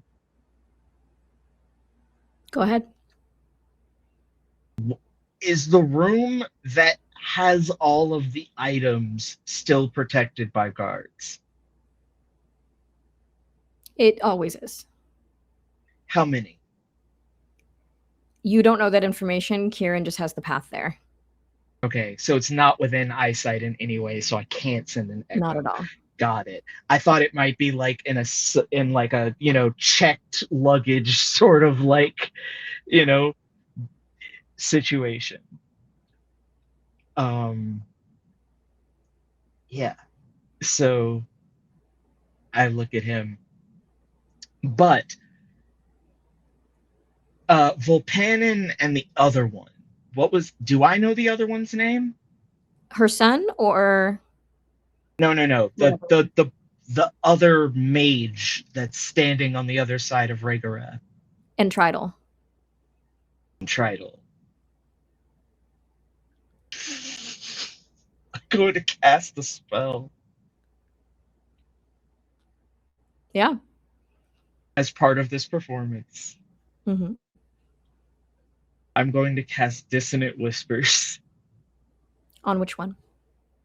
Entridle. I need a wisdom saving throw. What's the DC? 16. Natural 20. Okay, so they're still going to take half, which is the point.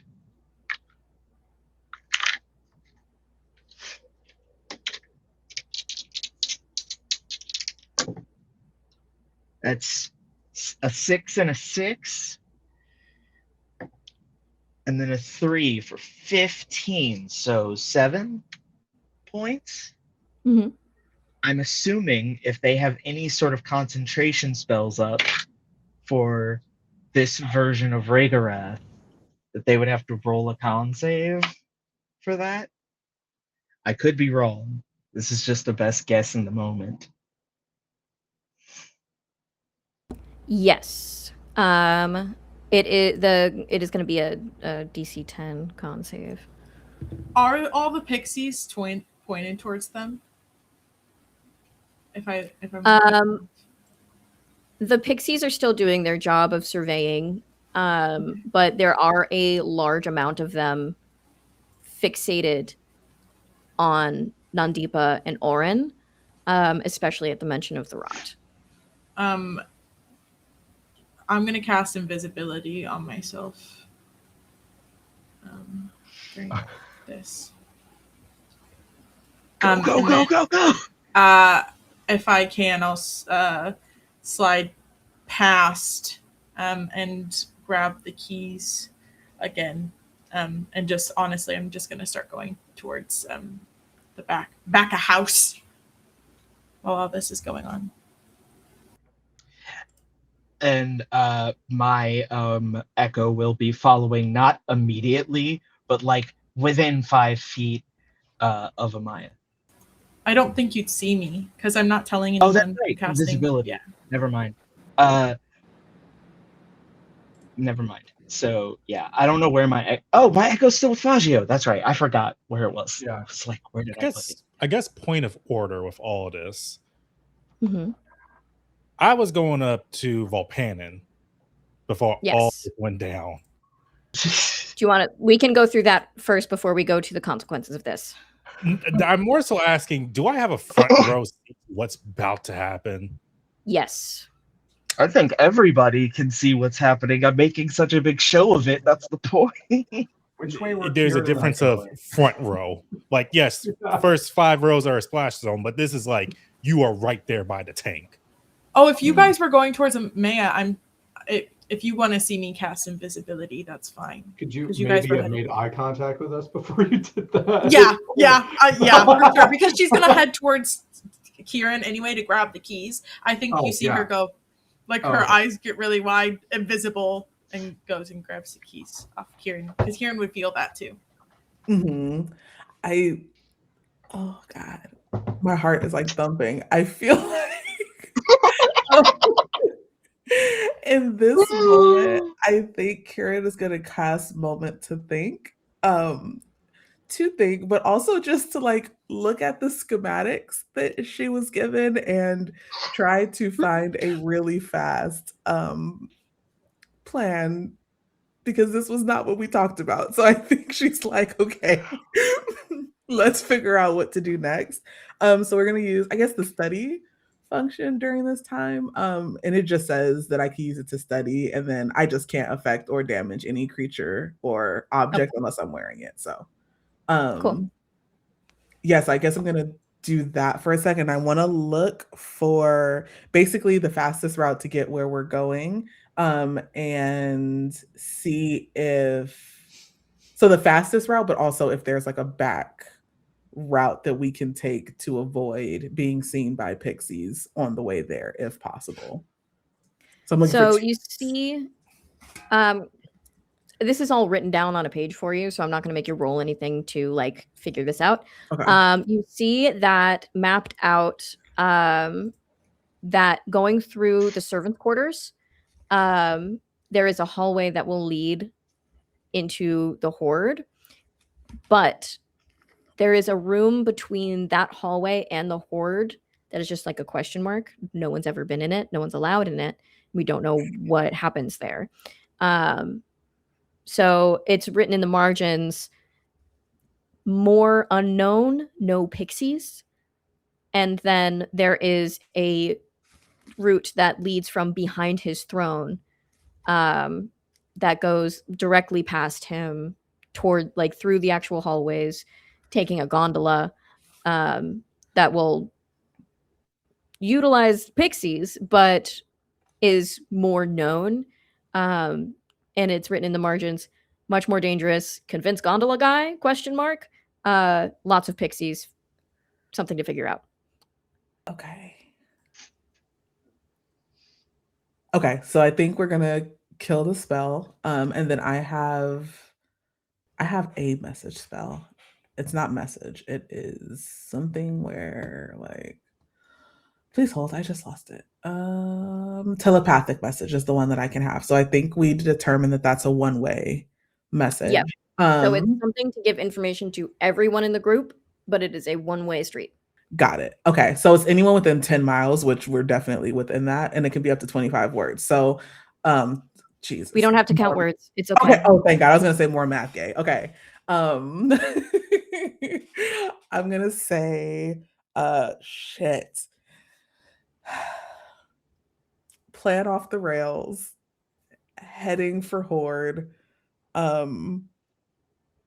through servant quarter, unknown room, no pixies, I think. And then I'm just gonna send that out and see if anyone like Fagio is with me. So just see and then I think at the tail end of that, if I could break off and only send a message to Sayer and just say, keep eye on Nandipa. We're gonna head towards the horde. So we are splitting the party. I told Sayer to go. Y'all are supposed to leave me. The issue is that I was already up there with Volpanin. So when this all fired off, I was already up there. Sayer had his own objective.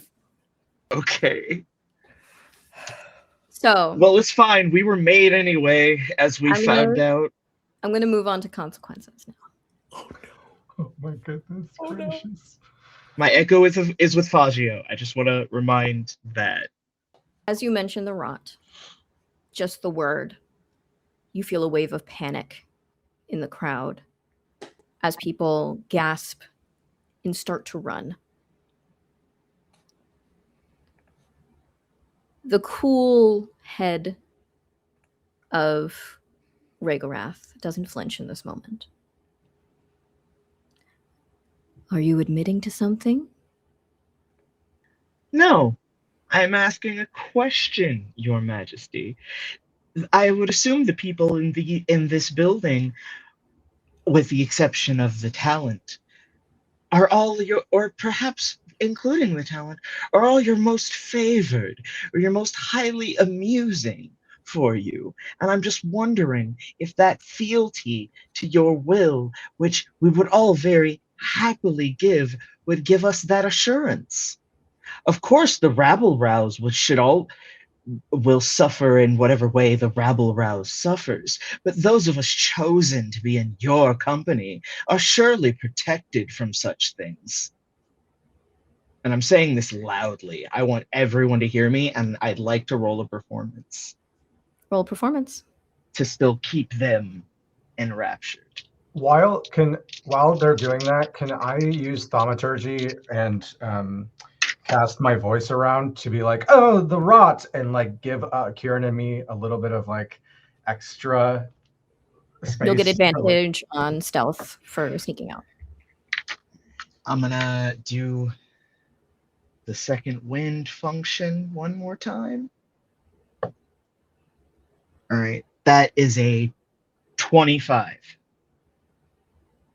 So the audience, hearing your words, their panic has not stopped, but they are now more towards the edges, kind of like it's like watching a car crash to them. Mhm. They Keep can't. watching it. And That's all I want. Rhaegorath looks at you. The rot is a terrible, terrible thing to be happening to my people. Highly contagious. And he looks at Oren, and he's going to make a deception check. Can I give him advantage? Yes, you can. I'm gonna give him advantage by embracing him and kissing him on the cheek.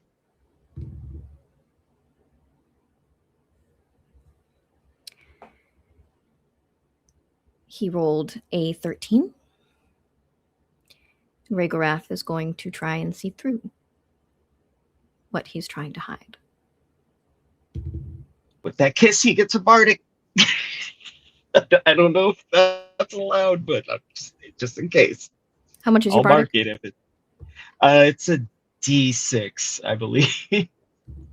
So 16. Rhaegorath rolled a 19. Highly contagious. And you feel Oren shaking under you. And in an instant, you are shoved away. And in that same instant, you watch him as the white dragon, in a terrifying speed, cocks its head once. You watch Oren freeze, fall from his spell, and shatter on the ground.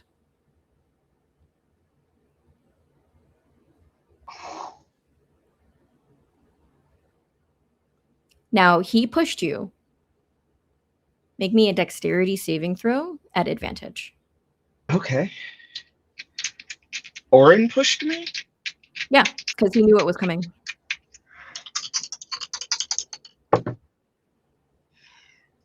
That is an 18 plus 6 for 24. All right, so you're only taking half. And you are going to take... I need more D10s.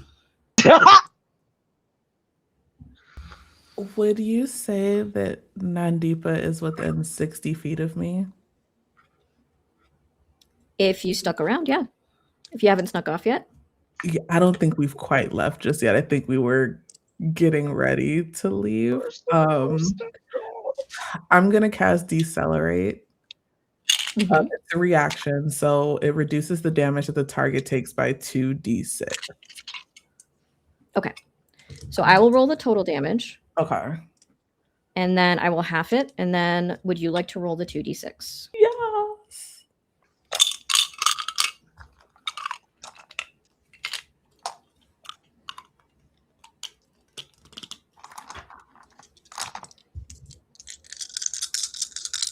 You know what? I'm going to let you pick which head. What color head would you like to be hit with? White.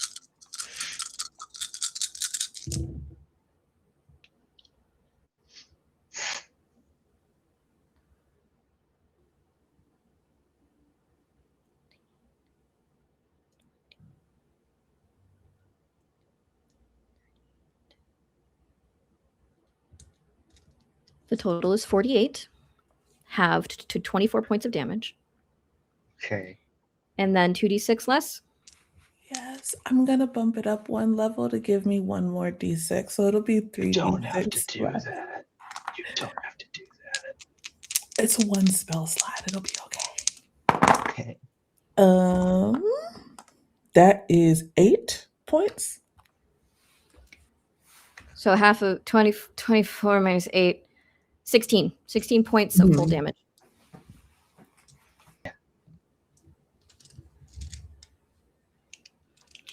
As your limbs begin to freeze and frostbite aches across your body. The spell was dropped because Orin has died. So you fall, you're probably only 20 feet up, 20 feet down.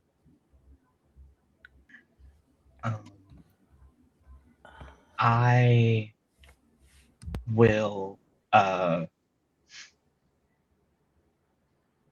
turn to all of them. I will turn to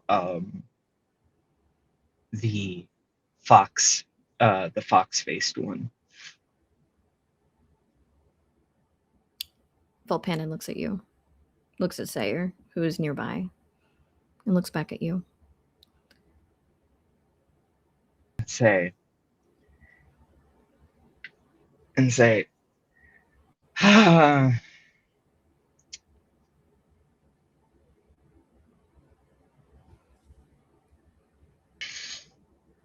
I roll insight before I do this? Yes, and as you're rolling insight, Rhaegorath looks at you. It was a pity that your partner had such a contagious ailment. It was noble of you to attempt to... I don't know what you were attempting, really. We don't really have a cure for it anyway. 24. What are you trying to insight from Volpanin? So I have fully gotten the vibe that these two mages are what is making Rhaegaroth be here. And I just want to roll insight to ensure to like fully grasp that that's what's happening. So the 24, like if they're verbal or somatic or material components to these spells, if it's being circle cast, whatever it is. They're not casting anything right now. if I may, Mhm. can I? Part of my brain is saying, can I vibe check the situation to see if a Nandipa has been made, or do they think that, oh, this person is working for us, like they're on our side? Give it a go.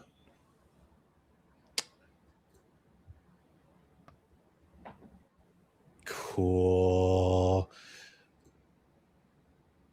Out of curiosity, was there any, like, what is it called, donations, anything? Because I'm just trying to see how much I could bump this. I have not seen anything. Let me check the I Tiltify. think the donations are against us. No, Yeah. Oh, is Not it? all. Okay. The mimic is the only one that's like against. We you have have a DM advantage, 30 disadvantage.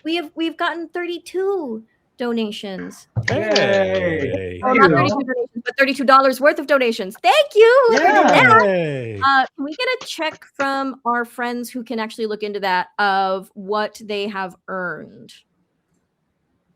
Here's the thing. Earlier in the message, you got Nick said that you have an advantage or a disadvantage for the DM. Oh, thank you, Nick. I will let you use that advantage here. Okay. Oh. I mean, we already know that you and I are made, and maybe the others. I'm trying to get you all to move on so that it looks like the only thing that was here that was a problem was me. So that's a crit plus 5, my insight. Yeah. Crit. So 25 in total. You just got a crit from that? Mm-hmm. Nice. Initially, it was a 17. I was like, okay, let me see how far I could push that. I was trying to see if we had any other incentives so that I can push it even further, go beyond. Yeah. But You the crit general fish, sense and is it that worked.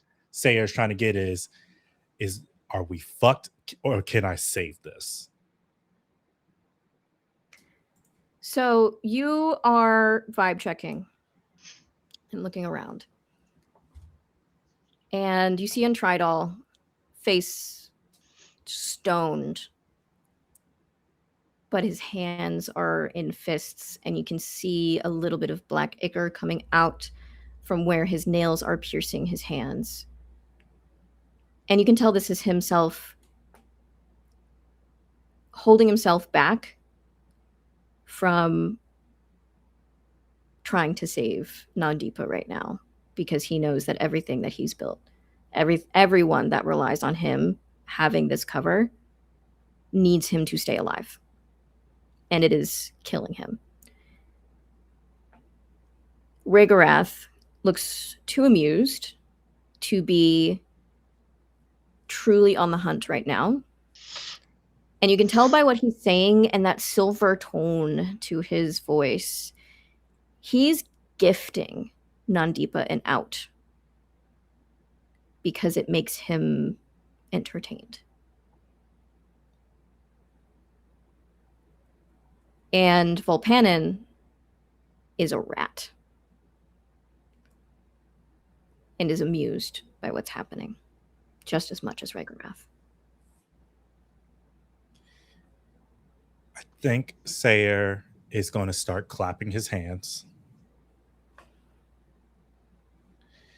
You know, it's always good to have another spy amongst us. Isn't it, my liege? To know what is going on in case somebody wishes to do harm to your kingdom.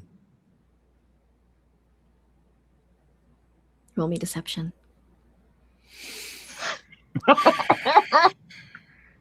And I'm going to, can I use a bardic on myself again? He's saying this in a very sing-songy kind of voice. Yeah. Your bardics are for you to use. Don't worry about that. Okay. Also, thank you, Matteo, for the donation. I know that was meant buddy. for me, but it felt right to give it in that moment. So, And don't we have a D4? from Bless, Bless, which If you haven't used, I believe so. How long does Bless last? It's been like a couple hours at this party. I think like a minute. Could So- I crank it a little bit more? After all, that's more so if the bless came from a PC. You This is gave us true. that bless. This is true. Yes, I will allow you to have it. Cool. Cranking it a little bit more. All right. Hold This is on. true. Again, as Britt has said, I am not a math gay. I'm a theater arts gay.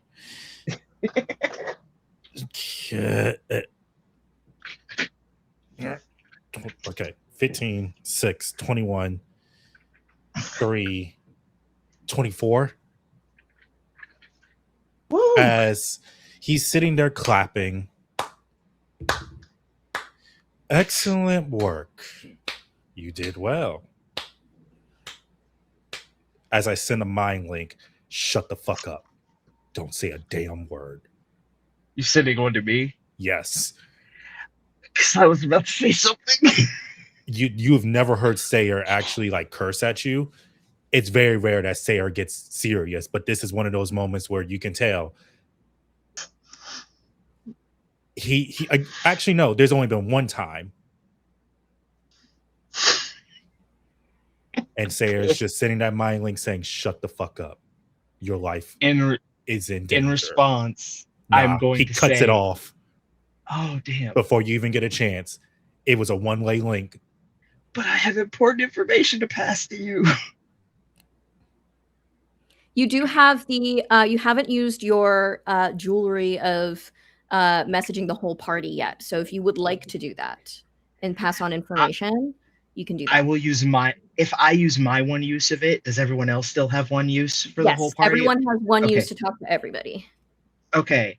I'm going to hopefully, is this something I have to like physically do, or is it a mental thing? Because if I It is a part of your jewelry. So if you are nervously fiddling with jewelry, you can easily do it.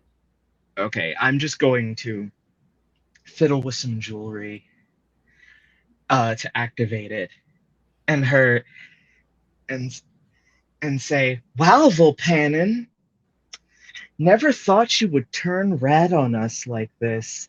After all, outing me as a distraction, outing me as a distraction, doing so bad of a job to make sure that we." Before you continue, that only links to the party.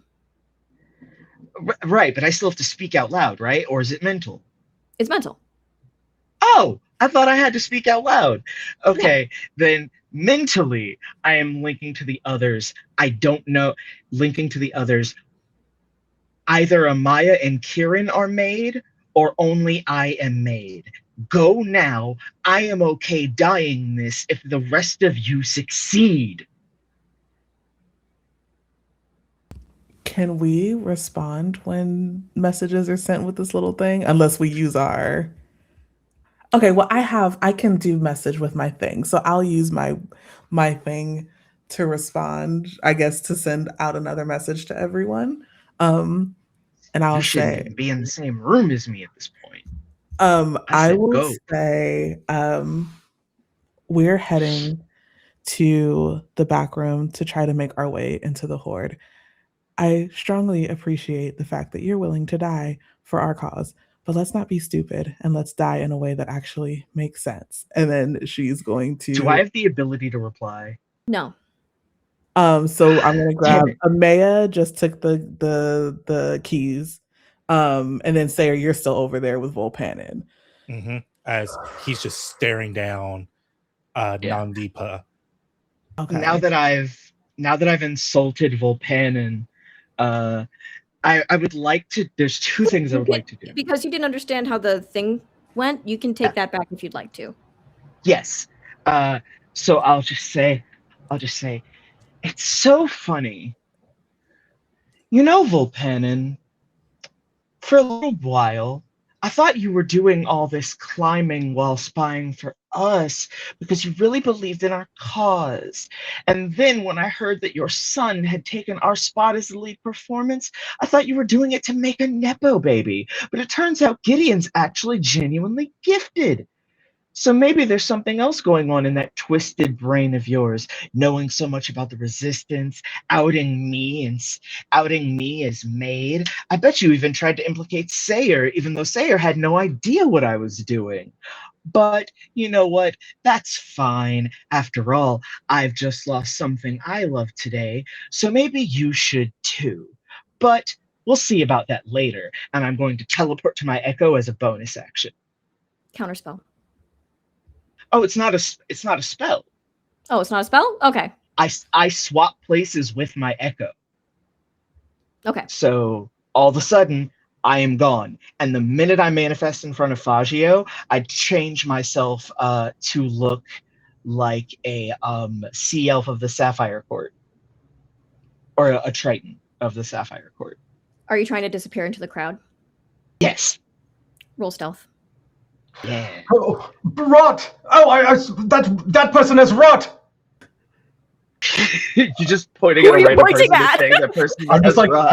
casting like phantom gossip to like try to distract people around us. So people are Yeah, chaotic everyone's around us. full fucking freaking out. If They I see are like- Nantipa come to me, I'm like, look over there. I have I'll one. give you advantage then as Fagio is That's the making same a kind of very thing I was doing distracting for. Then I GM. have one thing to pitch to you, GM bestie, person who I love with so much of my heart. Mhm. Some would say that subtlety is also a performance. No. No.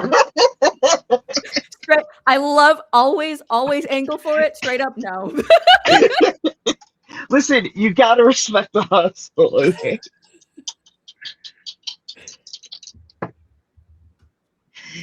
That is a 13 on both for a +4 for a 17.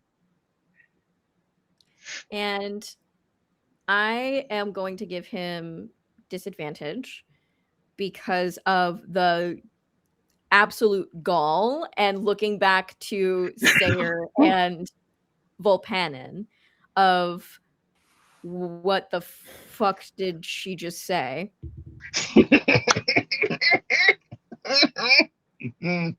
Also, Echo Knight what was the total gone. number for you again? What'd you say? What was the total number for you again? 17. 16. Oh. Yes. And from the blue head, one that we haven't really seen do much.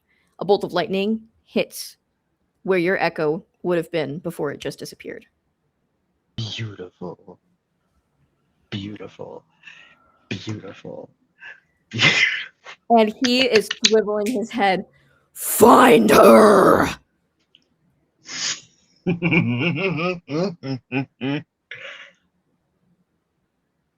And the pixies are on high alert. There's one last final thing I'd like to do. Haven't you done enough? You know what? We Yeah, are in never mind. danger. I'm gonna take Brit's suggestion. I've done enough. All right, 'Cause- we're gonna move over to Sayer. What would you like to do in this moment? Oh. Do I get the sense that Regorath thinks I'm on their side? Rigorath is so zoned in on Nandipa that I don't think he is considering anything else a threat right now. And you can get the sense that Nandipa is being seen more as a pest than a real threat. Cool. Earlier you mentioned to me about what's their face? Which one? The person that was gripping their hands. And Tridal. Can you repeat what you said? He is gripping his hands in such a way that you can see blood coming down from his hands from where his nails are piercing into his skin. And you could see with the look on his face, behind the face that he is putting on, that he knew that if he got involved in the way that he wanted to, that everything that he is doing for the resistance goes away. And he is vital. for their funding. So maybe you don't get the whole funding part, but you know that like there's something holding him back from intervening and helping Nandipa. And you know that it has to be something that's killing him because he is gripping his own hand so hard.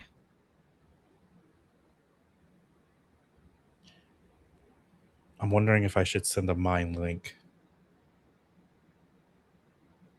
and try to like coax this man to disappear with me for a moment. You can, if you'd like. We ball. I think Sayer just looks at them and says, we got to get moving. We got to move fast and we got to move swift. I can help if you'll allow it. And Tridal, for the smallest of seconds, darts eyes towards you and then back. And keeping up his facade. I don't know if I can leave his side. Find Pietro.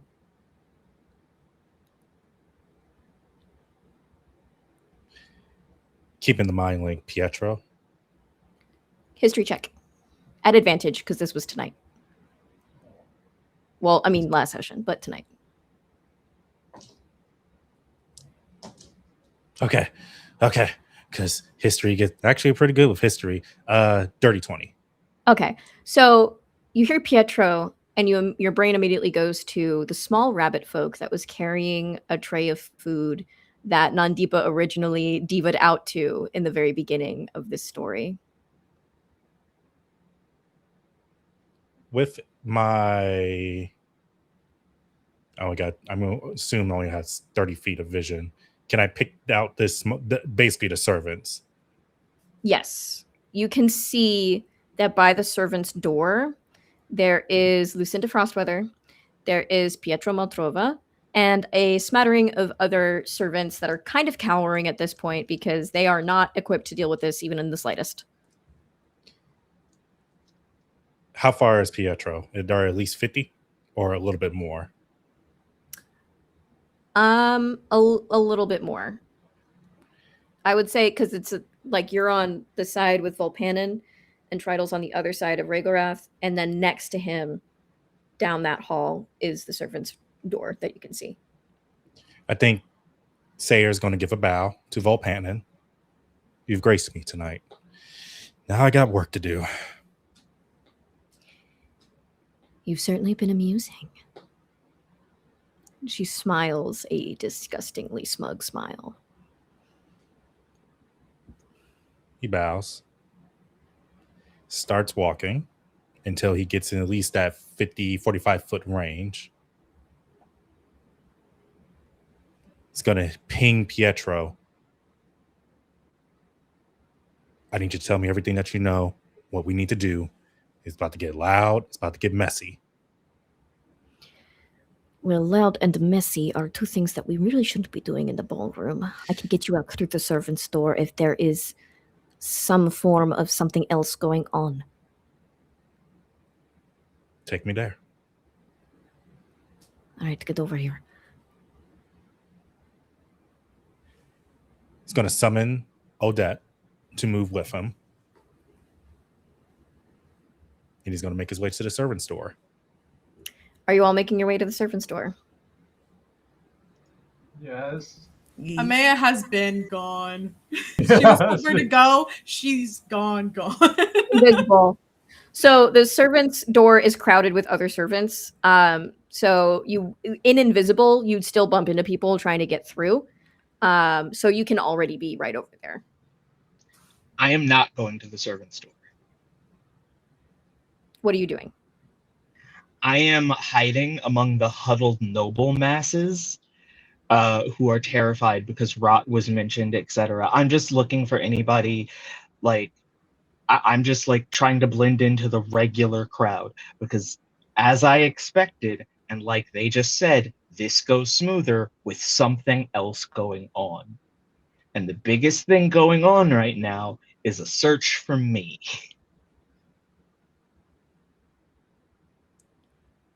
I'm gonna roll something really quick. I'm gonna roll a luck for you guys. I can't be where the important thing is. That's Magician 101. I got an 11, which is just over 10, meaning the good part. And as all of this is going on, a guard rushes in, bloodied. One of his arms, fucking gone. There are magic scars across his body, and he falls. Your Majesty, the southern border. It's being taken. We need your help.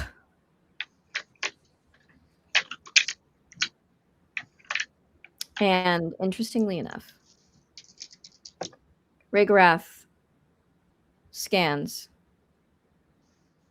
says, everyone get out.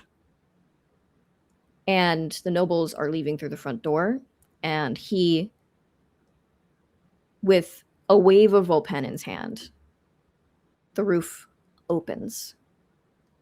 He flies out.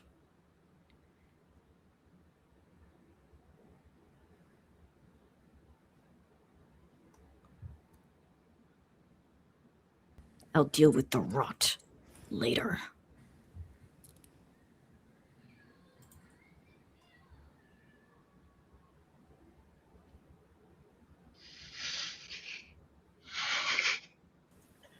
I have a question. Yes. As that's happening and I'm invisible, are servants still like kind of like going through in and out through the door? They were kind of frozen in fear at the door. Kind of that deer in the headlights. I don't know what to do. But is Do it I open? leave? Yeah, it's like an archway to a servant's hallway. Can I misty step behind all of them so that I don't accidentally like nudge them? Yes. Thank you. And would the rest of you make me a stealth check with advantage to get to where you want to go? Do I gotta roll stealth with the construct, or does it just share my stealth? It shares your stealth. It can share your stealth. Okay. I am electing not to roll stealth because I am not with that group. Are you leaving the building? Because all of the No. nobles are leaving the building if you're still with that crowd. He told them to get out. No, and No, I'm staying in the building. I'm just not going where they're going. Okay. Because there's still spellcasters here.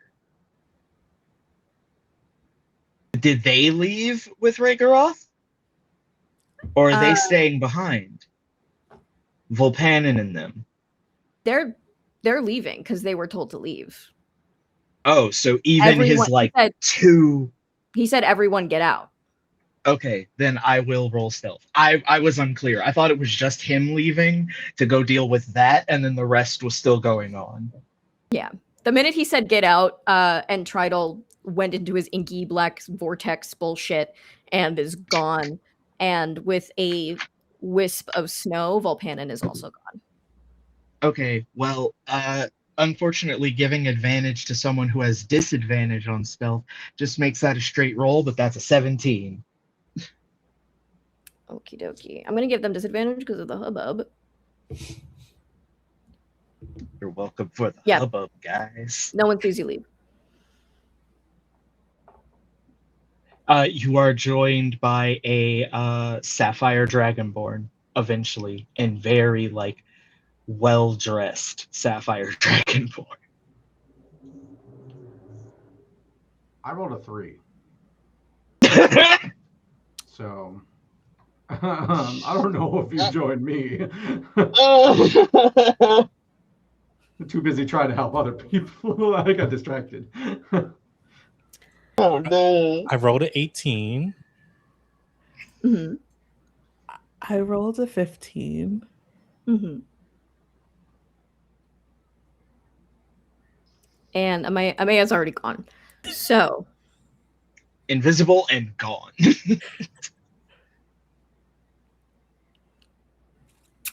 am I gonna do with that? That's fun. It was pretty unlikely I was gonna make it out without people seeing me. I'm a big boy. Nothing happens yet. You can make it over there. Oh, that's worse. I don't I like love it. that. I'm Nothing like- happens I'm yet. like James Bond. I'm like, yeah, I got this. Oh one my sees me. God. And my billowing cloak just over me. Your constantly billowing cloak. Doing combat Od- rolls, but every time I roll, it's like clank, clank, clank, clank, clank. Can Odette see them and just grab them with their trunk? Like, Absolutely.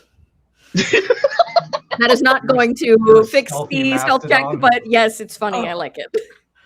I like it, Picasso.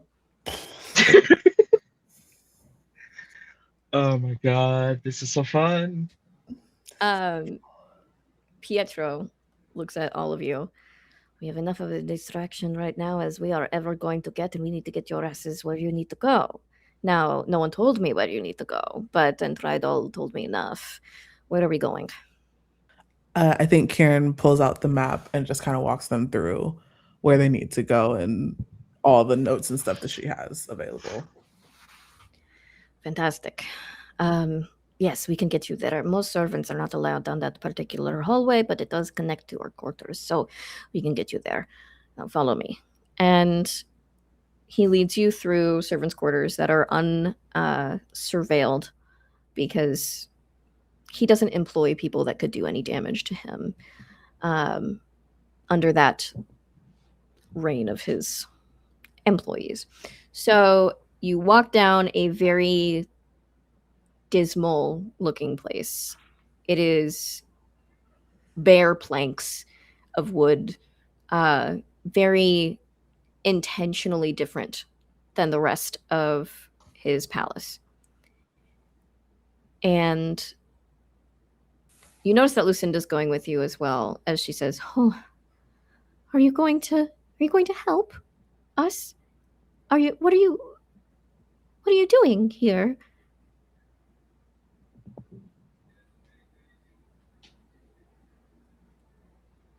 I trust Pietro, but I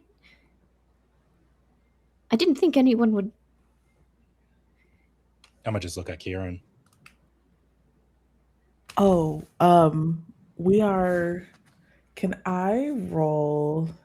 I guess insight or perception before I speak. Yes. Okay. Either one. Either one. Okay. I think they're the same, so it doesn't matter. Yeah. Okay. That is a 16.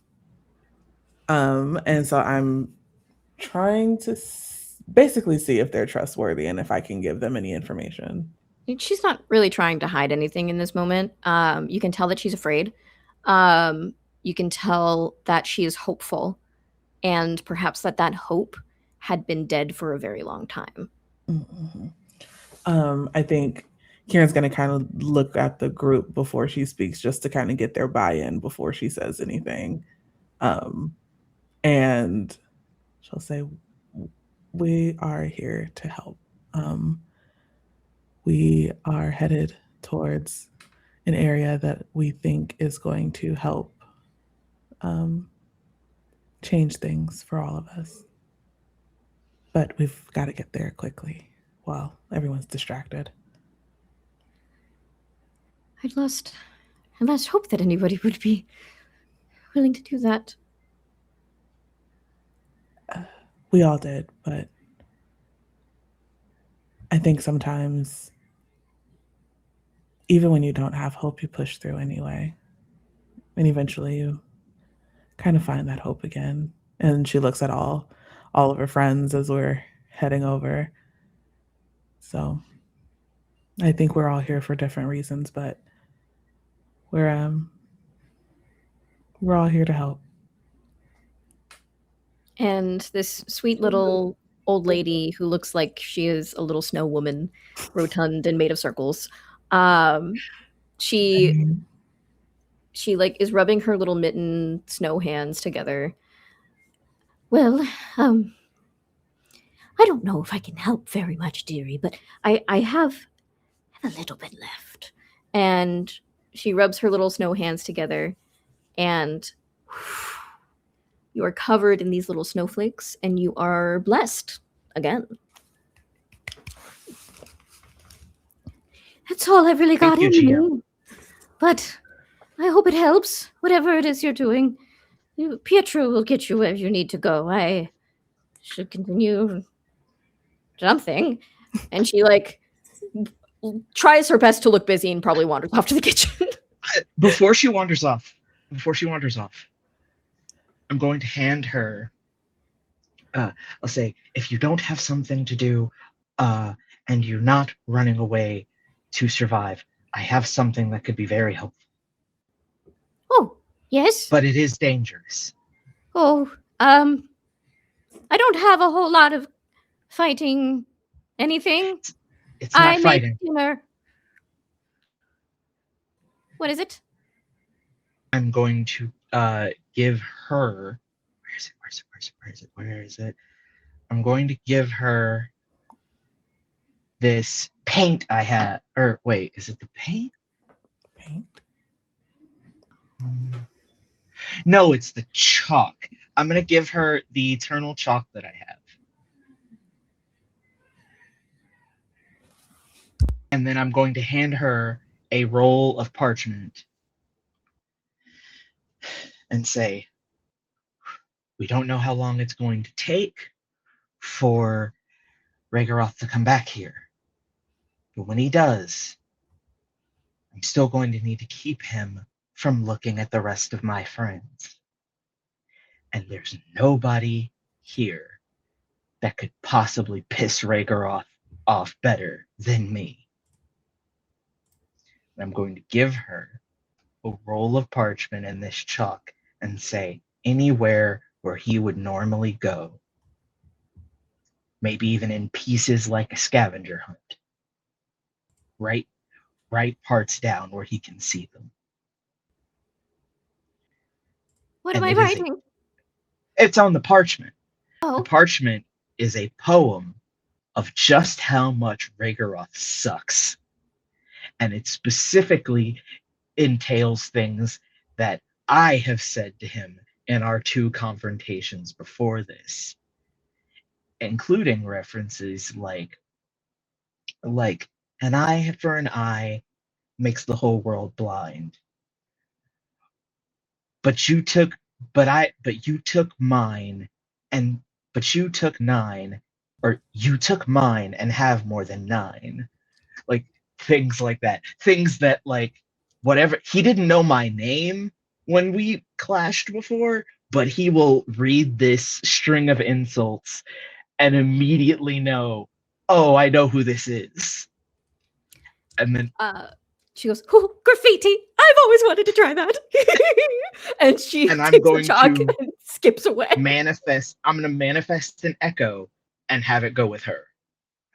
Okay.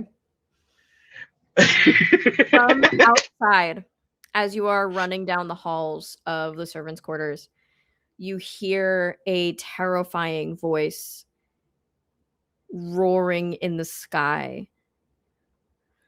Aurelius! And just clashing, and the amount of fire that it would take to hear from that far away is something you don't want to think about.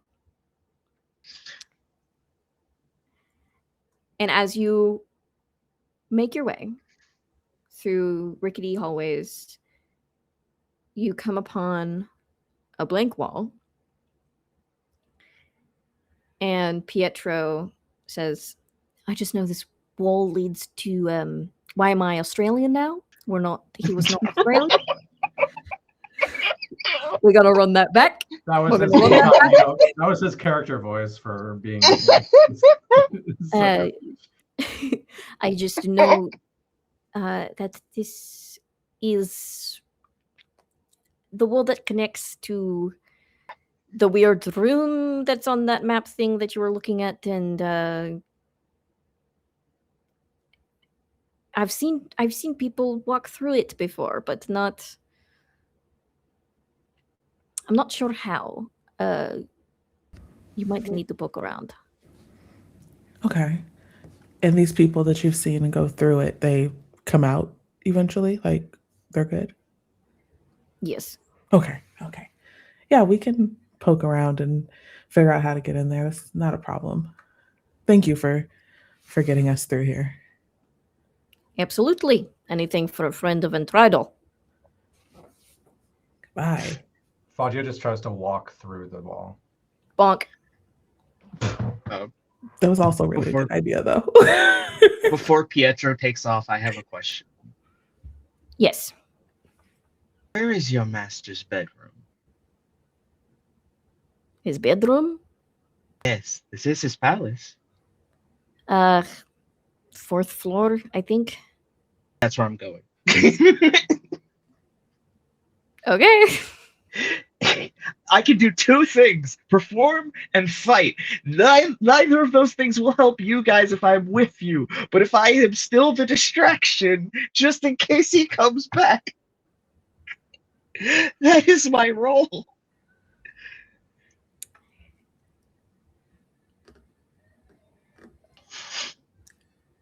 Now, do I ask you to roll something or do I just let you do this? It's up to you, buddy. I'll What let does you a do it. five-headed dragon's bedroom look like? Is what Cool. I want I would say first, if I could, that's where I'm gonna go. But my first stop is back to get my fucking sword that was taken from me. There is no one in the ballroom. You can go and grab your sword, except for the pixies. Before that is resolved, I think Brina has something. Yes, Brina. Okay. Since I am still invisible, I had made those glass, the glass map. I think I'm more than happy to roll for it, but I feel like Amaya has the map memorized because she made Yeah, all of those absolutely. things. I think that she didn't stick with everyone. I think she's really angry right now. Mhm.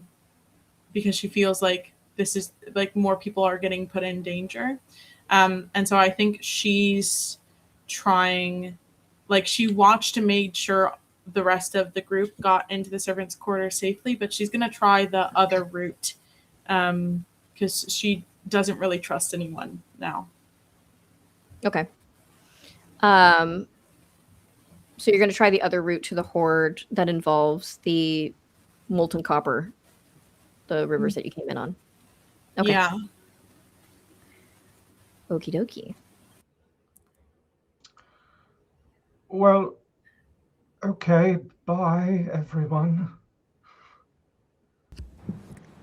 Well, Fagio, we're going to stick together. So just stay with me. We'll be fine. Looks Not like leaving your everyone side. went on their merry way. Say, are you with us? Kieran, you're kind of the leader at this moment. Should we go follow one or the other? Well, I think. Well, we can't see With- Amaya, so there's that. Yeah, We I was don't know gonna where say, Amaya is. she left. Yeah, she she left left first. You could yeah. definitely think that she's with you still, but she's not. Yeah, we have no Yeah. idea. I don't think you She ever left first, saw and that she's she met invisible. up with you. I I think don't she's know just if we ever been knew lost she in the was. crowd. Yeah, so I think it's you three, and then Amaya's on her own, and I'm on my own. I think Sayer will say, we're missing Amaya, and Nandipa just went somewhere else. Yeah. What's the move, boss? Not a fan of splitting the party, but we're here to do a mission. So if we have two that feel like they need to take another route, then I think we honor that. And we keep going. And just hope we meet them on the other side. But also, we're right there. And I don't want to double back and try to go the other way. That just seems silly. We're already here. So, Yeah, besides, I gotta check in on something since we're here. Are I you swear to trying to God, if leave that too? requires you leaving, I have an issue. No, it's on the same. It's the same way that we're all going. Okay, we can take a slight B plot. That's fine. We've got to figure out how to get in this door. Can we start? Yeah, can I start looking around for? While we do that, anything? I want to focus in on Amaya really quick. Amaya, a lot has happened in front of your eyes tonight. What is your thought process of finding the other way to the Horde? And why did she make that decision? I think in Amaya's head, Amaya thought that Nandipa was going to go with the rest of the group. And I think because Amaya thinks that she doesn't know, but she thinks that Nandipa outed them to them and then like put on that show, I think her trust is really broken. And she doesn't know what side she's actually on. And so she wants to make sure that at least one person gets to the Horde. And she's hoping she can get there before the other group so that the wish can be made for the rebellion. Wonderful. And as you stand in front of a molten river of copper, even the gondoliers kind of made themselves scarce after what just happened. There's a few gondolas left. Do you climb in one and make your way? How far away is the other side? Could I just like misty step again by chance, or like You can misty step across it, but the like hallways, because he can fly. yeah? The hallways are big enough for him to fly down. Okay. People who walk are transported on gondolas because the hallways are rivers of molten copper. Received. Yeah, I'll go ahead and invisibly row a gondolier. Try and give it the vibe that it's floating. Beautiful. Beautiful.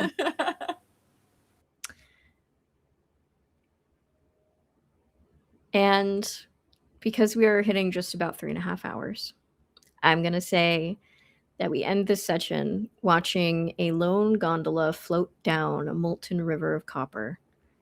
A group of friends staring at a blank wall with so much emotion behind their eyes.